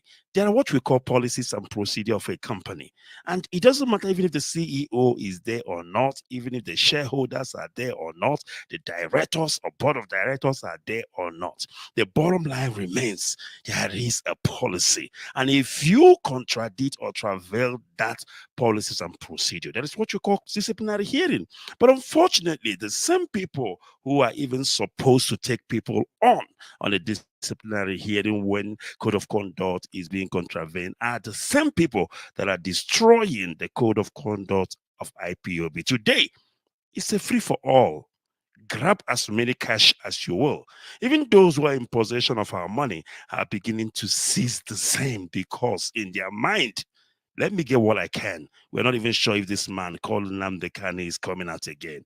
Maz, I don't know what you make of all this. Please go ahead. I want to get your input on that. Mazi, the issue of this is very, very appalling and very disgraceful. And you see, if you really know what you're in here to do as an IPOB officer or as an IPOB member, you understand the fact that finance is not your place. And let me say something here. Way back then, when I was a coordinator, I do not meddle around with anything finance. Despite the fact that way back then that some people wanted to rope me in by telling me, oh, okay, let me give you money for you guys to use to do whatever you guys need to do. And I said no. That whatever we need to do will be on record. If it is IPOB's account that we're using, because what we do then is that when we're traveling, we contribute and put into IPOB's account. Then we use the card. We already know how much we've contributed, and we know how much we're going to spend. That will not even affect the IPOB the major money. And if the money remains, it will be part of IPOB's money because you will not go back and take any money from that account. So, and everything that you're doing, you have to use the card for record purposes. So, they did what they wanted to do, but at the end of the day, I laughed, and they brought the case to Oyendo. They called me so many names. Brought the case to Oyendo, and Oyendo asked the question. He now said to me, in Georgia, Atlanta, Georgia, we went there. A lot of people were there. Now said to me, Mazi, why is it that you don't want to have anything to do with the account? I said, do you think, he now said, do you think let me ask you a question, just like this. Let me ask you a question. If our money is missing, who am I going to call? Or who am I going to hold responsible? I said, you're going to hold your secretary responsible, not me. He said, no, I'll hold you responsible. Because you have to oversee the account, not that you're going to be managing the fund. You have to just see what is going on, but the fund, you are not managing because the secretary and Madam Nenaya are the ones that are going to be managing the fund. Because I learned our lesson during Irwanya and Irwanya and Mara Mugochukwu and some other guys in 2015 when Oyendo wasn't around too, when they seized Oyendo, and they were collecting money and they were eating. They were collecting money and they were eating. They seized the money. All for would be to call me. Let me, because I have to explain this thing. Yes, go ahead, Mazi. Go ahead. Obido Obienu called me and said to me, Mazi, do you know where your money is going to? Because of course that is going to Madam Nenaya's hand. Obido Obienu said, no, it is not. I said, are you sure? He said, it's not. I said, okay. He said, if you want me to give you Madam Nenaya's number, I will give you Madam Nenaya's number. This is way back 2015, 16. Okay? So he gave me Madam Nenaya's number. I called up Madam Nenaya Even as I was doing that investigation, at that time, they were calling me names. They were calling me Sabotua. They were calling me this. Madam Erwa then was the coordinator. She was ganging up. She was calling me names. I said, I kept quiet. I didn't say anything. So I called up Madam Nenaya. I said, Madam Nenaya. He said, what? I said, yes, she answered me. I said, I explained myself. After explaining myself, I said, I want to ask 2 questions. She said, what's the question? I said, first of all, is there any money that is coming to you from still the same time we had zones then. So is there any money that is coming from our zone to you? She said, no, that the only place that she's getting money from is from Ubin. I said, are you sure? She said, yes. And I said, okay, fine. The second question, is there any account in the United States that Onyendu approved for us to be putting our money? Madam Nenaya said, no. I said, okay, no problem. Thank you, Madam, that you've answered my question. And we now went to the meeting. So as we got to the meeting, the person that was the secretary then was Obunaya Ono. So, and every time when we ask Obunaya of the receipts of the payment, Obunaya will tell you story upon story. So when that thing now happened, we were in the meeting, and I said, Obunaya, I raised my hand. Sometimes they want to shut me down because of the way I ask my questions. It's never palatable. People don't like the way I ask questions and the way I go about my things. I don't send them because I have to just speak the truth to the way it is. If you like it, if you don't like it, too bad. But I have to tell you the way it is. So at the end of the day, then I said, allow him to talk, because I was saying that I must speak. I must speak. Because they already know through one of our member that was confiding in, that one was telling them what was going on, and they were washing that guy's brain. But I was telling the guy that it's not possible. This thing they are telling you they are using this money for, or they are going to use this money for, is not truth. Because these people are just seizing our money for no good reason. So at the end of the day, after getting the information from our Anya, we had a meeting. So as we were having that meeting, I told them I was going to talk. Then I said, okay, that I should speak. And I said, Ubunaya, please, where did you say you are sending our money? And that she's sending the money to Modananya. I said, please, Ubunaya, where is the receipts? Then I shouted, every time you return. No, Ubunaya, where is the receipts? Because you told us that you're going to bring the receipt today. So why is the receipt not here? Then we were doing Skype. It was Skype that we were doing Skype meeting. Where is the receipt? When I said, that is in the car, that he's going to go and bring it. And I said, don't mind him. And I told, because then, as at then, it was Massachusetts that was raising the money. It was them that was raising the money. So what Iruanya and Co were doing was they were just answering name of, they don't even pay their monthly dues. So they were using us to shine, if I may say so. So at the end of the day, I now said to them that this guy is not, I now said, look, listen, that this guy is not giving Madanaya any money, because I called Madanaya and Madanaya said he's only obedient them.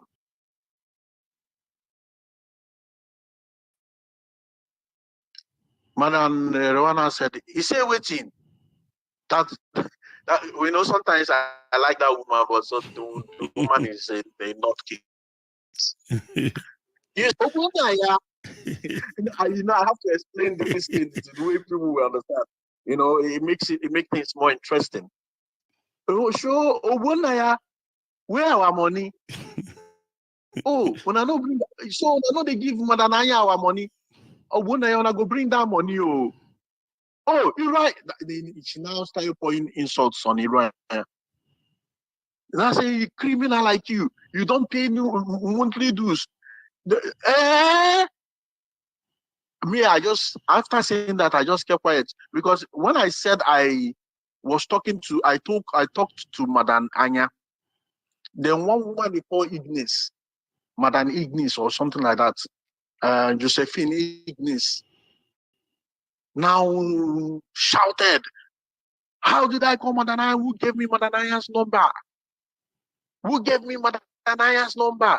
Who are you to call Madam Anya?" I said, I just told her to shut up. What are you talking about? Do you know who you're talking to? I was here before you. What do you mean, who gave me Madam Anya's number? We are in this thing together. And the truth must be spoken in this place. So don't come here and try to jump around and stop what I'm trying to say. That was when Madam I now took over. So me and I backed out, Madam I faced them. So it is not today that this money issue started. I remember when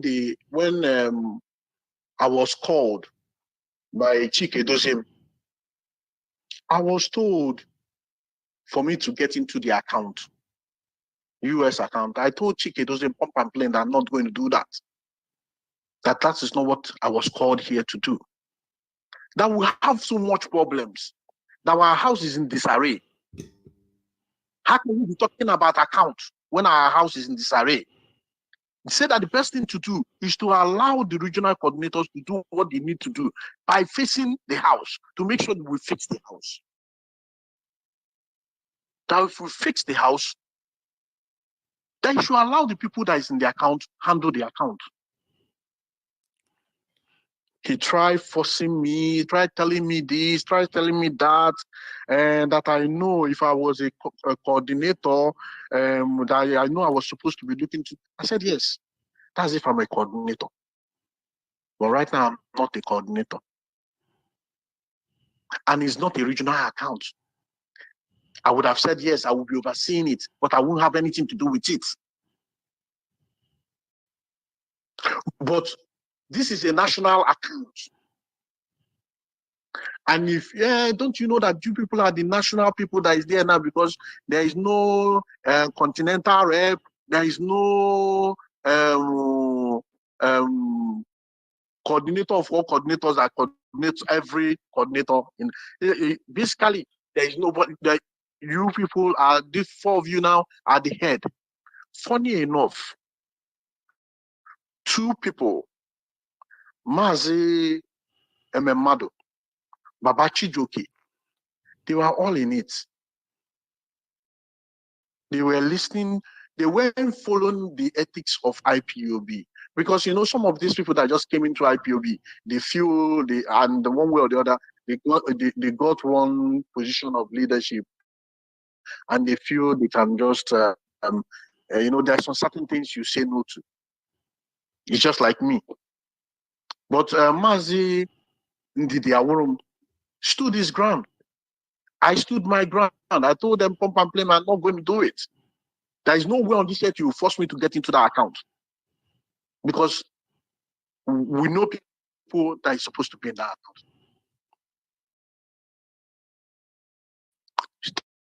Then that one passed. Another day, I seen, they went and called Madam Tina, Dr. Tina. You see, most of our people don't know what is going on. They don't really know what is going on. And it's not a day's, and it's not something they can analyze for one day. They went behind and got Tina.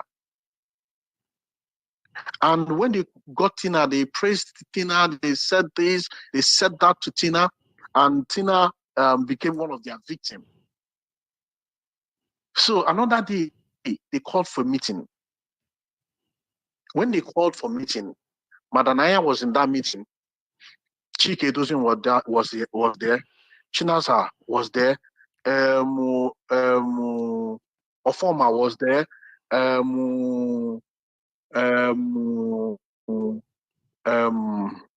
what was this guy, the second in command to Chike Edozie, what was his name? Anyway, Zurumike, the second in is that command was there. Zurumike? Zurumike was there. All of them, the 5 or the 6, the 6 radical about their medicine now cause problem for now IPOB right now. They were all there. And I was there. Madanena was there. Chinwe was there.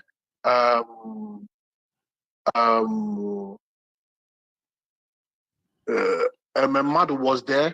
Baba Chijoke was there. Ndidawurun was there.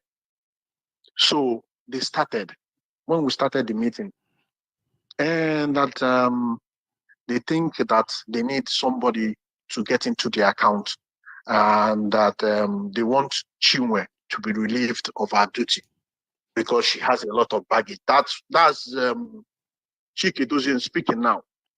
That they have a lot of that Chinwe has a lot of baggage, and that she wants Chinwe to be relieved of her duty. And later that Chinwe has tried, and that they want us to move forward with someone else. But you see, sometimes when these people are talking, when you listen to them very, very well, you know where they are coming from. So after Baba Chijoke talked, Madu talked, said that I'm going to be opposition to whatever they are talking about regarding this account, blah, blah, blah, that I've said I'm not going to be an account, that is insubordination, blah, blah, blah, blah. Now after talking.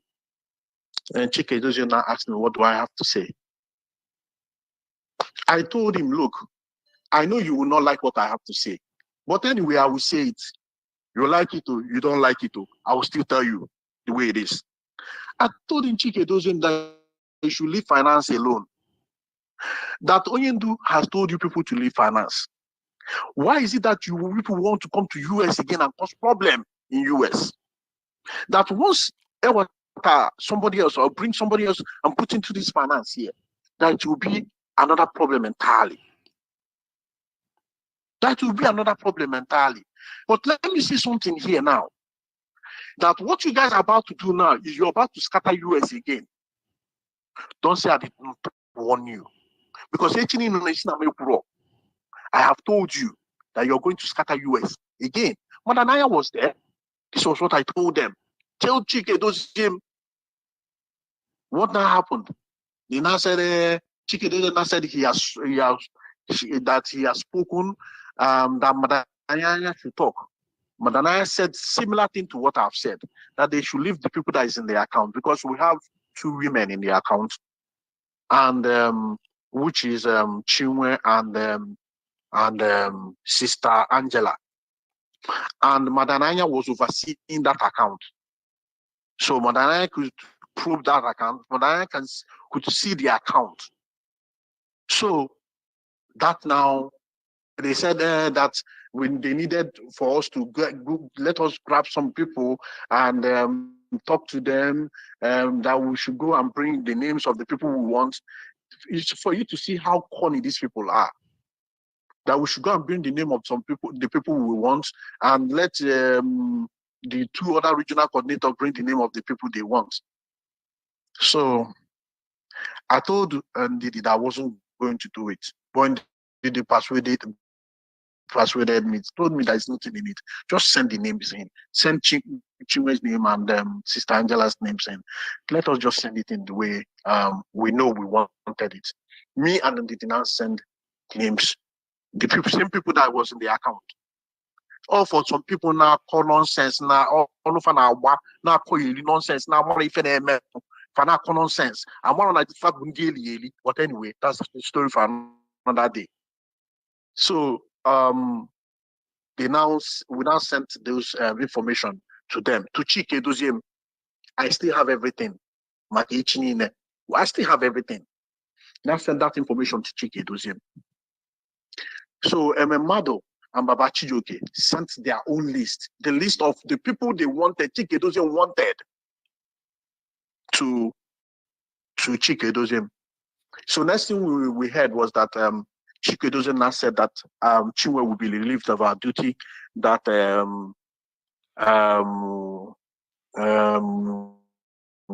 Dr. Tina that will be the new secretary.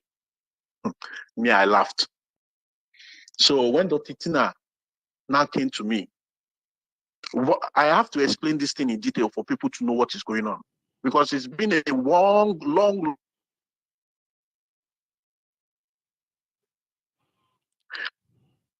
Mazi, are you still there?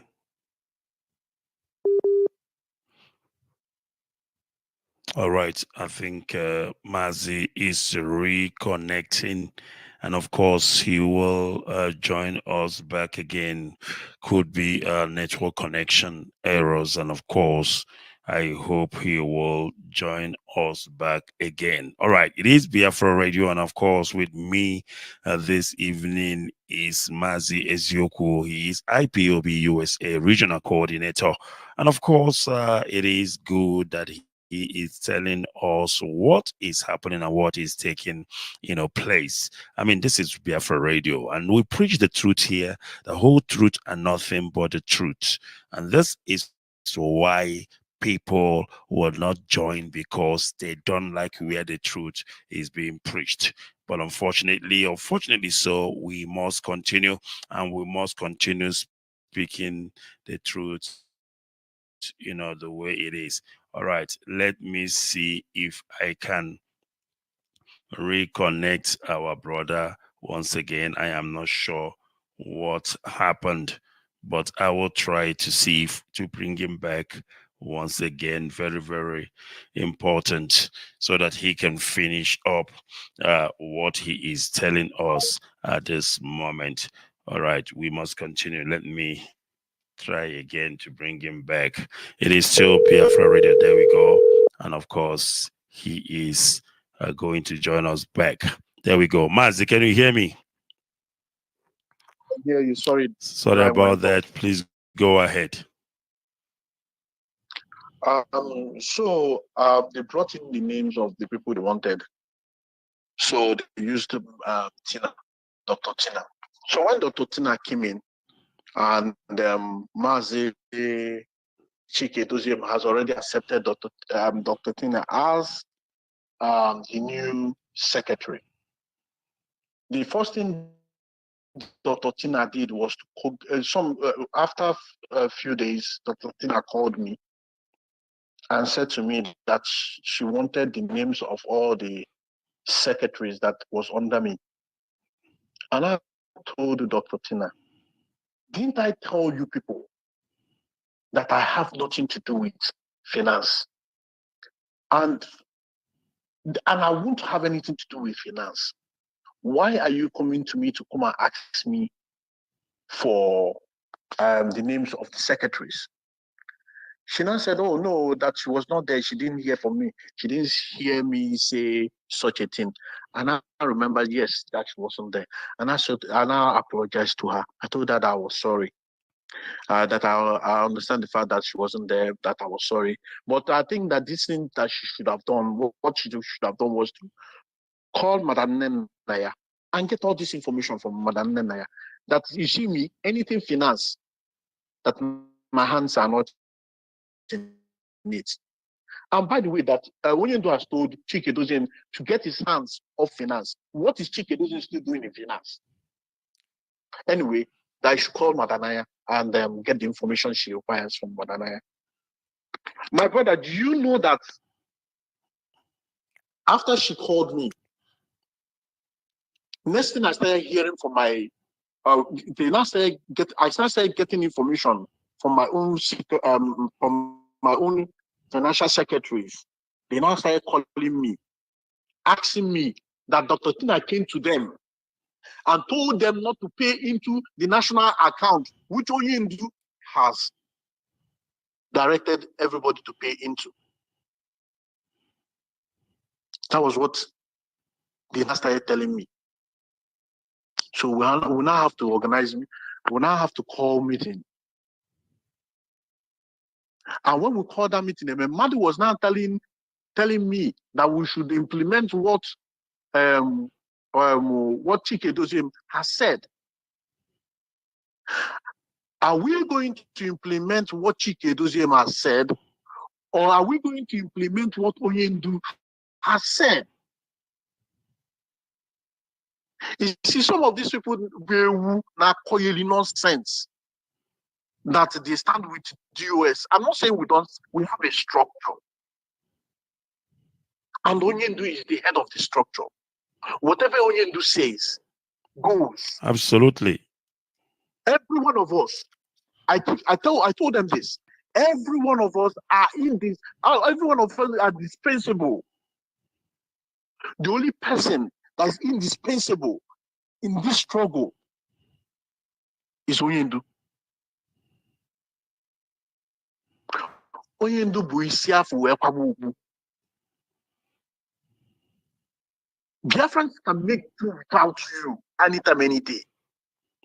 But if our leader, we cannot make do without him. Absolutely. I told them, look, listen, there's a problem coming. And Chike Doziem is the head of that problem. Not even before I started getting the info, before I did my own investigation to know fully well that Chike Doziem was not listening to him anymore. And that is a story for another day. And I now told them this thing that happened in 2015 is here again. The worst thing is that when when you're having meeting with your fellow regional coordinators and they are lying, that thing pisses me off. And a grown man will say something now, the next minute will do another thing. And I told them, look, I cannot deal with this. That the best thing for us to do is to start recording every conversation and meeting that we do. Because I can see that you people are lying all the time. I am sorry to say this, but I will indict somebody, which is this man, this radio presenter, this elderly man, not Ike Peters, but Mazi Yes. Mazi is part and parcel of the problem that we're facing. I am so disappointed in that man. Very disappointed. An elderly man that doesn't know that he's an elderly man. Very, very disappointed in that man. But it's a story for another day. Because our people do not even know half of the thing that is going on. If they know what is going on with this leadership, they will spit in their eyes. But let Onyendu, when Onyendu comes out, because this thing happened in 2000, a lot of people were saying, oh, why don't they remove them? Why don't they sack them? Why don't they do this? I laughed. It's only left for Onyendu. 2015, they did what they did. It was Onyendu that did whatever he needed to do when he came out. Why Chike Doziem became the leader of DOS today is because the rest of them did not show up, apart from Omiomio that showed up in the meeting that they did. Omiomio, Madananya, Kanonta, and Uchemefo, and Obid, I think so. I think no, just 4 of them that showed up in that meeting. That was why, when they now told Omiomio to sack these guys that was doing the wrong thing, that was insubordinating our leader, and Omiomio couldn't do it because Omiomio was compromised too. That was how Onyendu gave instruction for Uche to fire them. which he fired them. And that was when Onyendu made Chike Doziem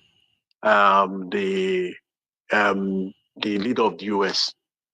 And this Chike Doziem was instrumental to opening an account that same time they did this thing when Onyendu was not around. I've been here for a very long time. So people don't know what is going on. So that same thing that played around in 2015 with our finances, and then they wanted to screw our finances over. But unfortunately for them, our deputy then stood with Madam Naya, so they couldn't mess around with the finance. And there was no much money coming in, and there was the place that the major money was coming in from. Uchemefo had them on hook, line, and sinker, and that was the US.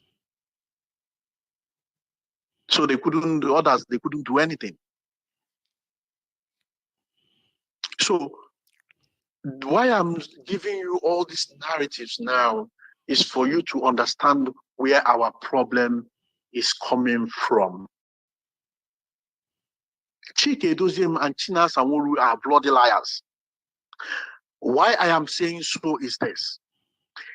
They keep saying that Madam Naya was not giving them money that they requested for. How did the problem start? That's what you ask yourself. How did the problem start? They requested for money. They told them to go through the normal process. By the time the money they requested was 14 million. But by the time they went through the normal process, the money dropped almost half. This is the reason why they got offended. That is the reason why they got upset. They fail to understand that it's people, their hard-earned money that they are contributing. That is what is keeping us afloat. But what they wanted to do was to collect the money and do whatever they like to. They are not answerable to anybody. They don't want to be answerable to anybody. And that is no-go zone. A lot of approval has to go through the normal process. If those approvals do not go through the normal process, then we don't know what we're doing. Or when they not for my finance, it's none of my business. Why I got to know all these things is because of things that was happening. It was happening rapidly. And we got, okay, let me say something here again, what I remembered. There was a meeting we held. In that meeting, I think it was April 10th, 2023, early this year. In that meeting,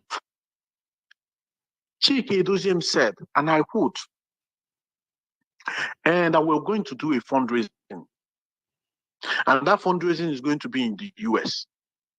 But I'm telling you now, because of tomorrow, I know that some of you will not agree to what I'm about to say. That we should tell Madam Chinyere, then license was still operational rather. So that we should tell Madam Chinyere, if she doesn't comply with what they are saying, that that the money that they will raise from the fundraising will not go into the US account. Mind you, this is same US account Onyendu said that they should be paying this money into anything regarding ESN. And they said they will. Chike Doziem said that he's not going to pay that money into that account. But where I did not respond, the reason why I did not respond that day was that he said, Naya man, as some people, I know he was referring to me, I didn't care, we'll have problem with it. But that he's telling us today that he's going to pay it into Germany account. It did not occur to me that they already started using Collins. Why they wanted to pay to Germany account? You see the connection here. Why they wanted to pay that money into Germany account was because they were using Collins and they thought Collins was going to take over that account. So when he said it, I said, oh, okay, I don't have any problem with that. If you guys are paying into Germany account, which in Naya we see the money, oh, I don't have any problem with that. But telling me that you're not going to pay into the account, then I have problem with it. He said, no, that they are going to pay it into Germany's account, not knowing that this is the formula that they were trying to use. Because they've tried me being in the account, being in the account, and they failed. And Madu cannot get into the account because Chinwe, Madanana Anya, and sister will not allow them to be in the account. About the same thing, you will not be able to get into the account because they will not be allowed to get into the account. So they failed on that part. So what they were now planning was that they've already tinkered, and what they wanted to do was to use that particular fundraising and push the money to what they said that they will put the money into Germany account. My brother, did you know that money till today did not get into Germany account? They left that money in US. What they did with that money till today, I do not know. People should ask Chike to say what that money, where did that money go into? Because that money did not go into Germany account. I would even like you to call Madanaya. Let Madanaya come and you ask Madanaya this question. That fundraising that was done in US by Chike Tosim and his members. Because then Chike Tosim now divided IPOB into two US. The people that was listening to him and people that wasn't listening to him. If you don't want to listen to him, they will tell you they will fire you. I mean, I know send message. And I know it's unfortunate that some people, I don't know why they like this power too much. I don't know. I'm not gaining anything from it. Rather, I'm the one that is even putting my own sweat into it. More than I should even put. But I know the reason why I'm doing it. So, at the end of the day, that money was not sent into Germany account. Neither was it sent into the ESN account that Onyundu created in US. So our people should ask them the question, where is the money? Remember they said they were the one paying, they were paying the lawyers. At the end of the day, they said it's pro bono. And I started laughing. We paid money to the lawyers. Even as at the time we were having meeting and Chike Dozem and China Sanworu was saying that Madam Nenaya wasn't giving them money. Even as at that day that they were saying that thing, in that meeting, they were requesting for money. Because I was shown that the information. They were requesting for money that same day that they were in the meeting and keep saying that they were not collecting funds. And I was asking Madam Aya the reason why they did not expose these people in the meeting. But it's not, a finance matter. It's not everything that, that woman is too, I don't know, that woman is too refined for me. She's too, once Onyemdu does not give that instruction of what to do, she doesn't do it. Unless if Onyemdu gives that instruction. And anything she wants to do, she gets to Onyemdu first. And that is the reason why these people are getting all mad and all crazy about. So my brother, the finance issue is a very, very, very tragic event for IPOB. And I noticed that what they wanted to do was to make sure that they stifle Onyendo Fund. That was what they wanted to do. If you go and listen to this caterpillar, this person that has caterpillar teeth, that called himself Methuselah. If you go and listen to him, you will hear him say that when Onyendu comes out, the Onyendu will come and bargain with them.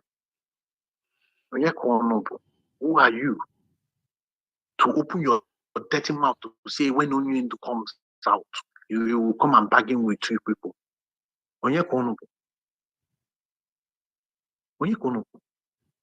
Including that if they don't bargain with the US, that we will not do this, we will not do that.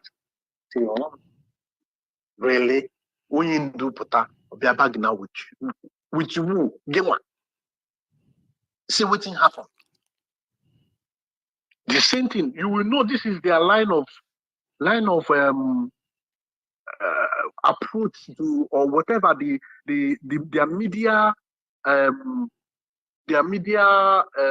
line up of words that they were supposed to put out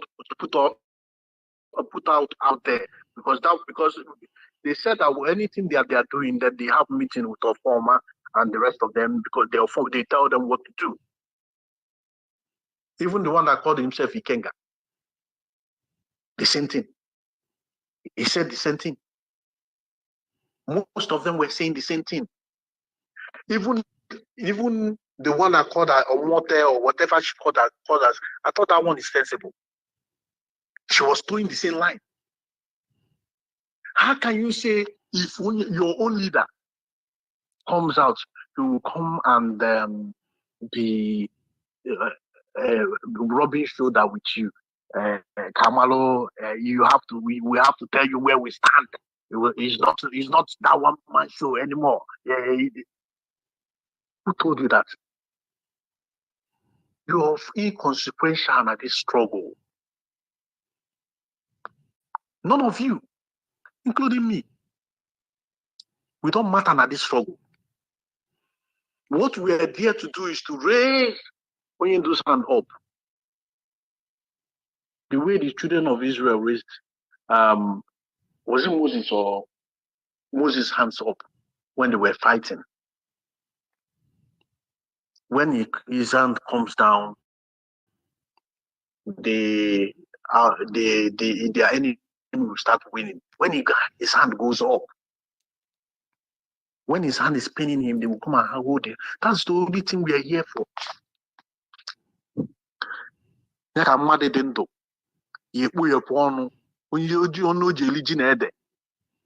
We're saying if Onyendu comes out, he will come and bargain with us. This is the same thing they did in 2015. The same playbook. Same thing they did in 2015. The same playbook. So what they are doing about our finance, it is terrible. It is, and now what they are doing is, let me eat my own. Like you rightly said. That I don't know, this man is not coming out again. Let me collect my own money too. But unfortunately, they are in for it. You know, only is ocean. One day, Bakana Muya. When Bakana Malia, or what is it? So, Maz, I will leave this case Thank here. you very much, Maz.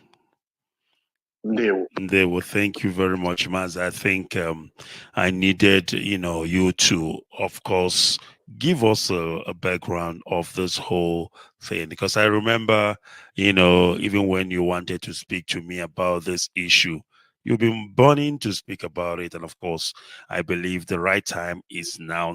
Nothing is new and nothing is hidden under the sun. I went through the same thing, of course, when I was blackmailed into, to stop by hosting Wadan Nayanya. And of course, I told them I am my own man boss. Nobody tells me what to do except Maze Nambekano. But if you are in leadership and you are in the right direction, you are following what we all subscribe to, I wouldn't mind. I will listen to you. But once you are deviating from the essence of, what's joining us together, which is the code of conduct, You cannot run an organization like IPOB without a written law. It's not possible because you're dealing with human, you're dealing with men here. But people tend to ignore our, code of conduct, and then you expect me to listen to you. It's not going to happen. Maybe you can do that to some illiterates, people who did not even go to school, but not an educated man like me and the rest of IPOBians who are also educated. You cannot just, control them like they are nobody or they don't understand how it is done. Remember, before now, we already, or rather all of us, has been sanitized by Onyendu. He have told us what to do and what not to do. And just because he is not around and somebody wants to truncate everything and change everything that we, believe in, I don't think it's possible. Mazi, thank you so much for coming through this evening. And of course, this is not the last time. I hope also to host you sometime in the future. Thank you, Mazi. What is your parting shot before I let you go? Your parting shot to Biafrans. Please go ahead. My brother, it's been a pleasure to be here on this hallowed platform, to speak the truth and nothing but the truth. If any of them, Susan, I find a let them come and tell me. Let them come and tell me. And obviously, I won't wine now. I won't wine now. But I greet every Biafrans that is listening to my voice today, under the influence of Biafra Radio. May God continue to bless you all. And remember, it is only Onyendu that we know, nobody else. If Onyendu is giving instruction and it's not being obeyed, and today you come and think, well, I'm going to obey you, that won't work. It's not possible. It's not possible. It's not possible. It's not possible. So if Onyendu is giving instruction and you are obeying that instruction, I told him anyway, if Onyendu is giving instruction and you're obeying Onyendu's instruction, then you have me to your beck and call. Anything you tell me, I will do. But when Onyendu is giving you instruction and you're not obeying Onyendu and you want me to obey you, it's not possible. It's not going to work. They won't. I greet every one of you. Thank you very much. All right. Thank you, my brother. All right. There you have it. And of course, that was the voice of our own Mazi Ichie Ezioku, IPOB Regional Coordinator in the USA, of course, laying it at bay. Because we tell you that Biafra Radio is where we speak the truth, the whole truth and nothing but the truth. When we tell you something on this platform, trust me, take it to the bank, it will not bounce. Let me tell you one thing, is very simple. IPOB code of conduct is the way to go. And if you say you're a leader in this struggle of IPOB and you don't obey the code of conduct, trust me, we will not obey you either. It's impossible. If you are a leader in IPOB, we expect you to uphold our code of conduct, to uphold our rules and regulations, to uphold that which Mazi Nnamdi Kanu have instituted. But if you are deviating from what our leader has instituted and you expect us to obey you, I don't think so.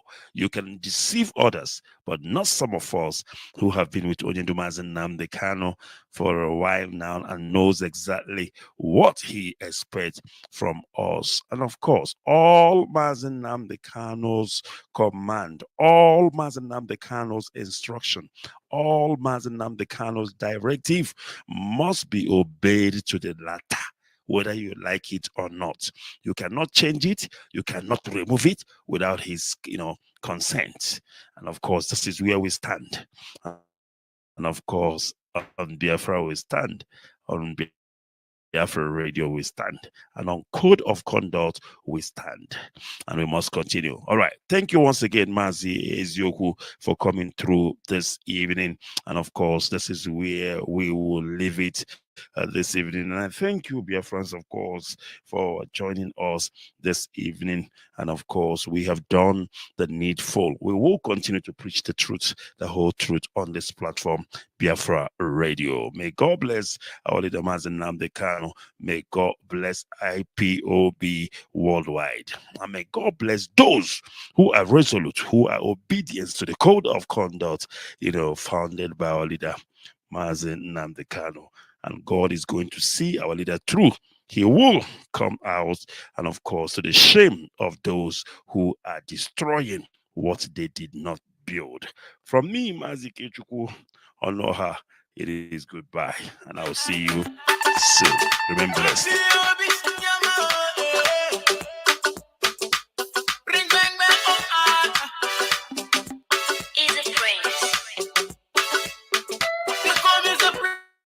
I don't come again.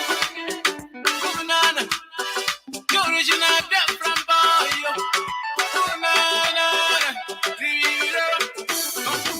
This is our freedom time. And we are come to call it our birthright. The blessings of the Lord, they follow us. Anyway, we're gonna show the blessings of the Lord, they follow us. Who no, go no. Who never hear, go here. Say that don't come. We are the best. We are the best man.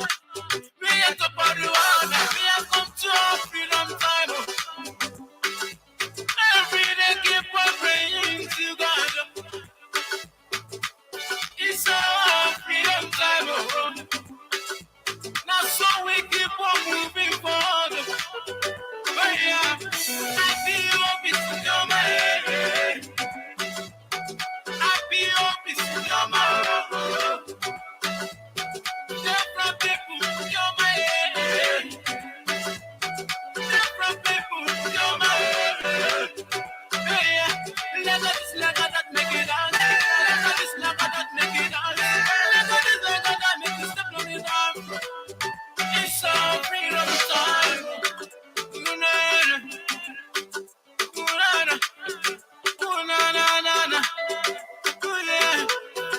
They're from the promised land. They're from the promised land. They're from the promised land. They're from the promised land. Yeah. When I look up to the sky, I can see the sun is shining. It's shining all over Biafra. We are the best. I give thanks to God for the blessings on my soul. Oh yeah. Oh na. Come to our freedom time. Freedom time. Every day keep on praying to God. Praying to God. It's our freedom time. It's our freedom. So we keep on moving forward. Keep on. I feel it's in your mind. I feel it's in your mind. Different people, your mind. Different people, your mind. Let us that make it dance. Let us that make it dance. Let us make it step on it out. It's a freedom time. The call is a freedom song. Yeah. Let me put this song. Okay, are you ready to dance? Let's go like this. Oh yeah, now. To the front, to the back, to the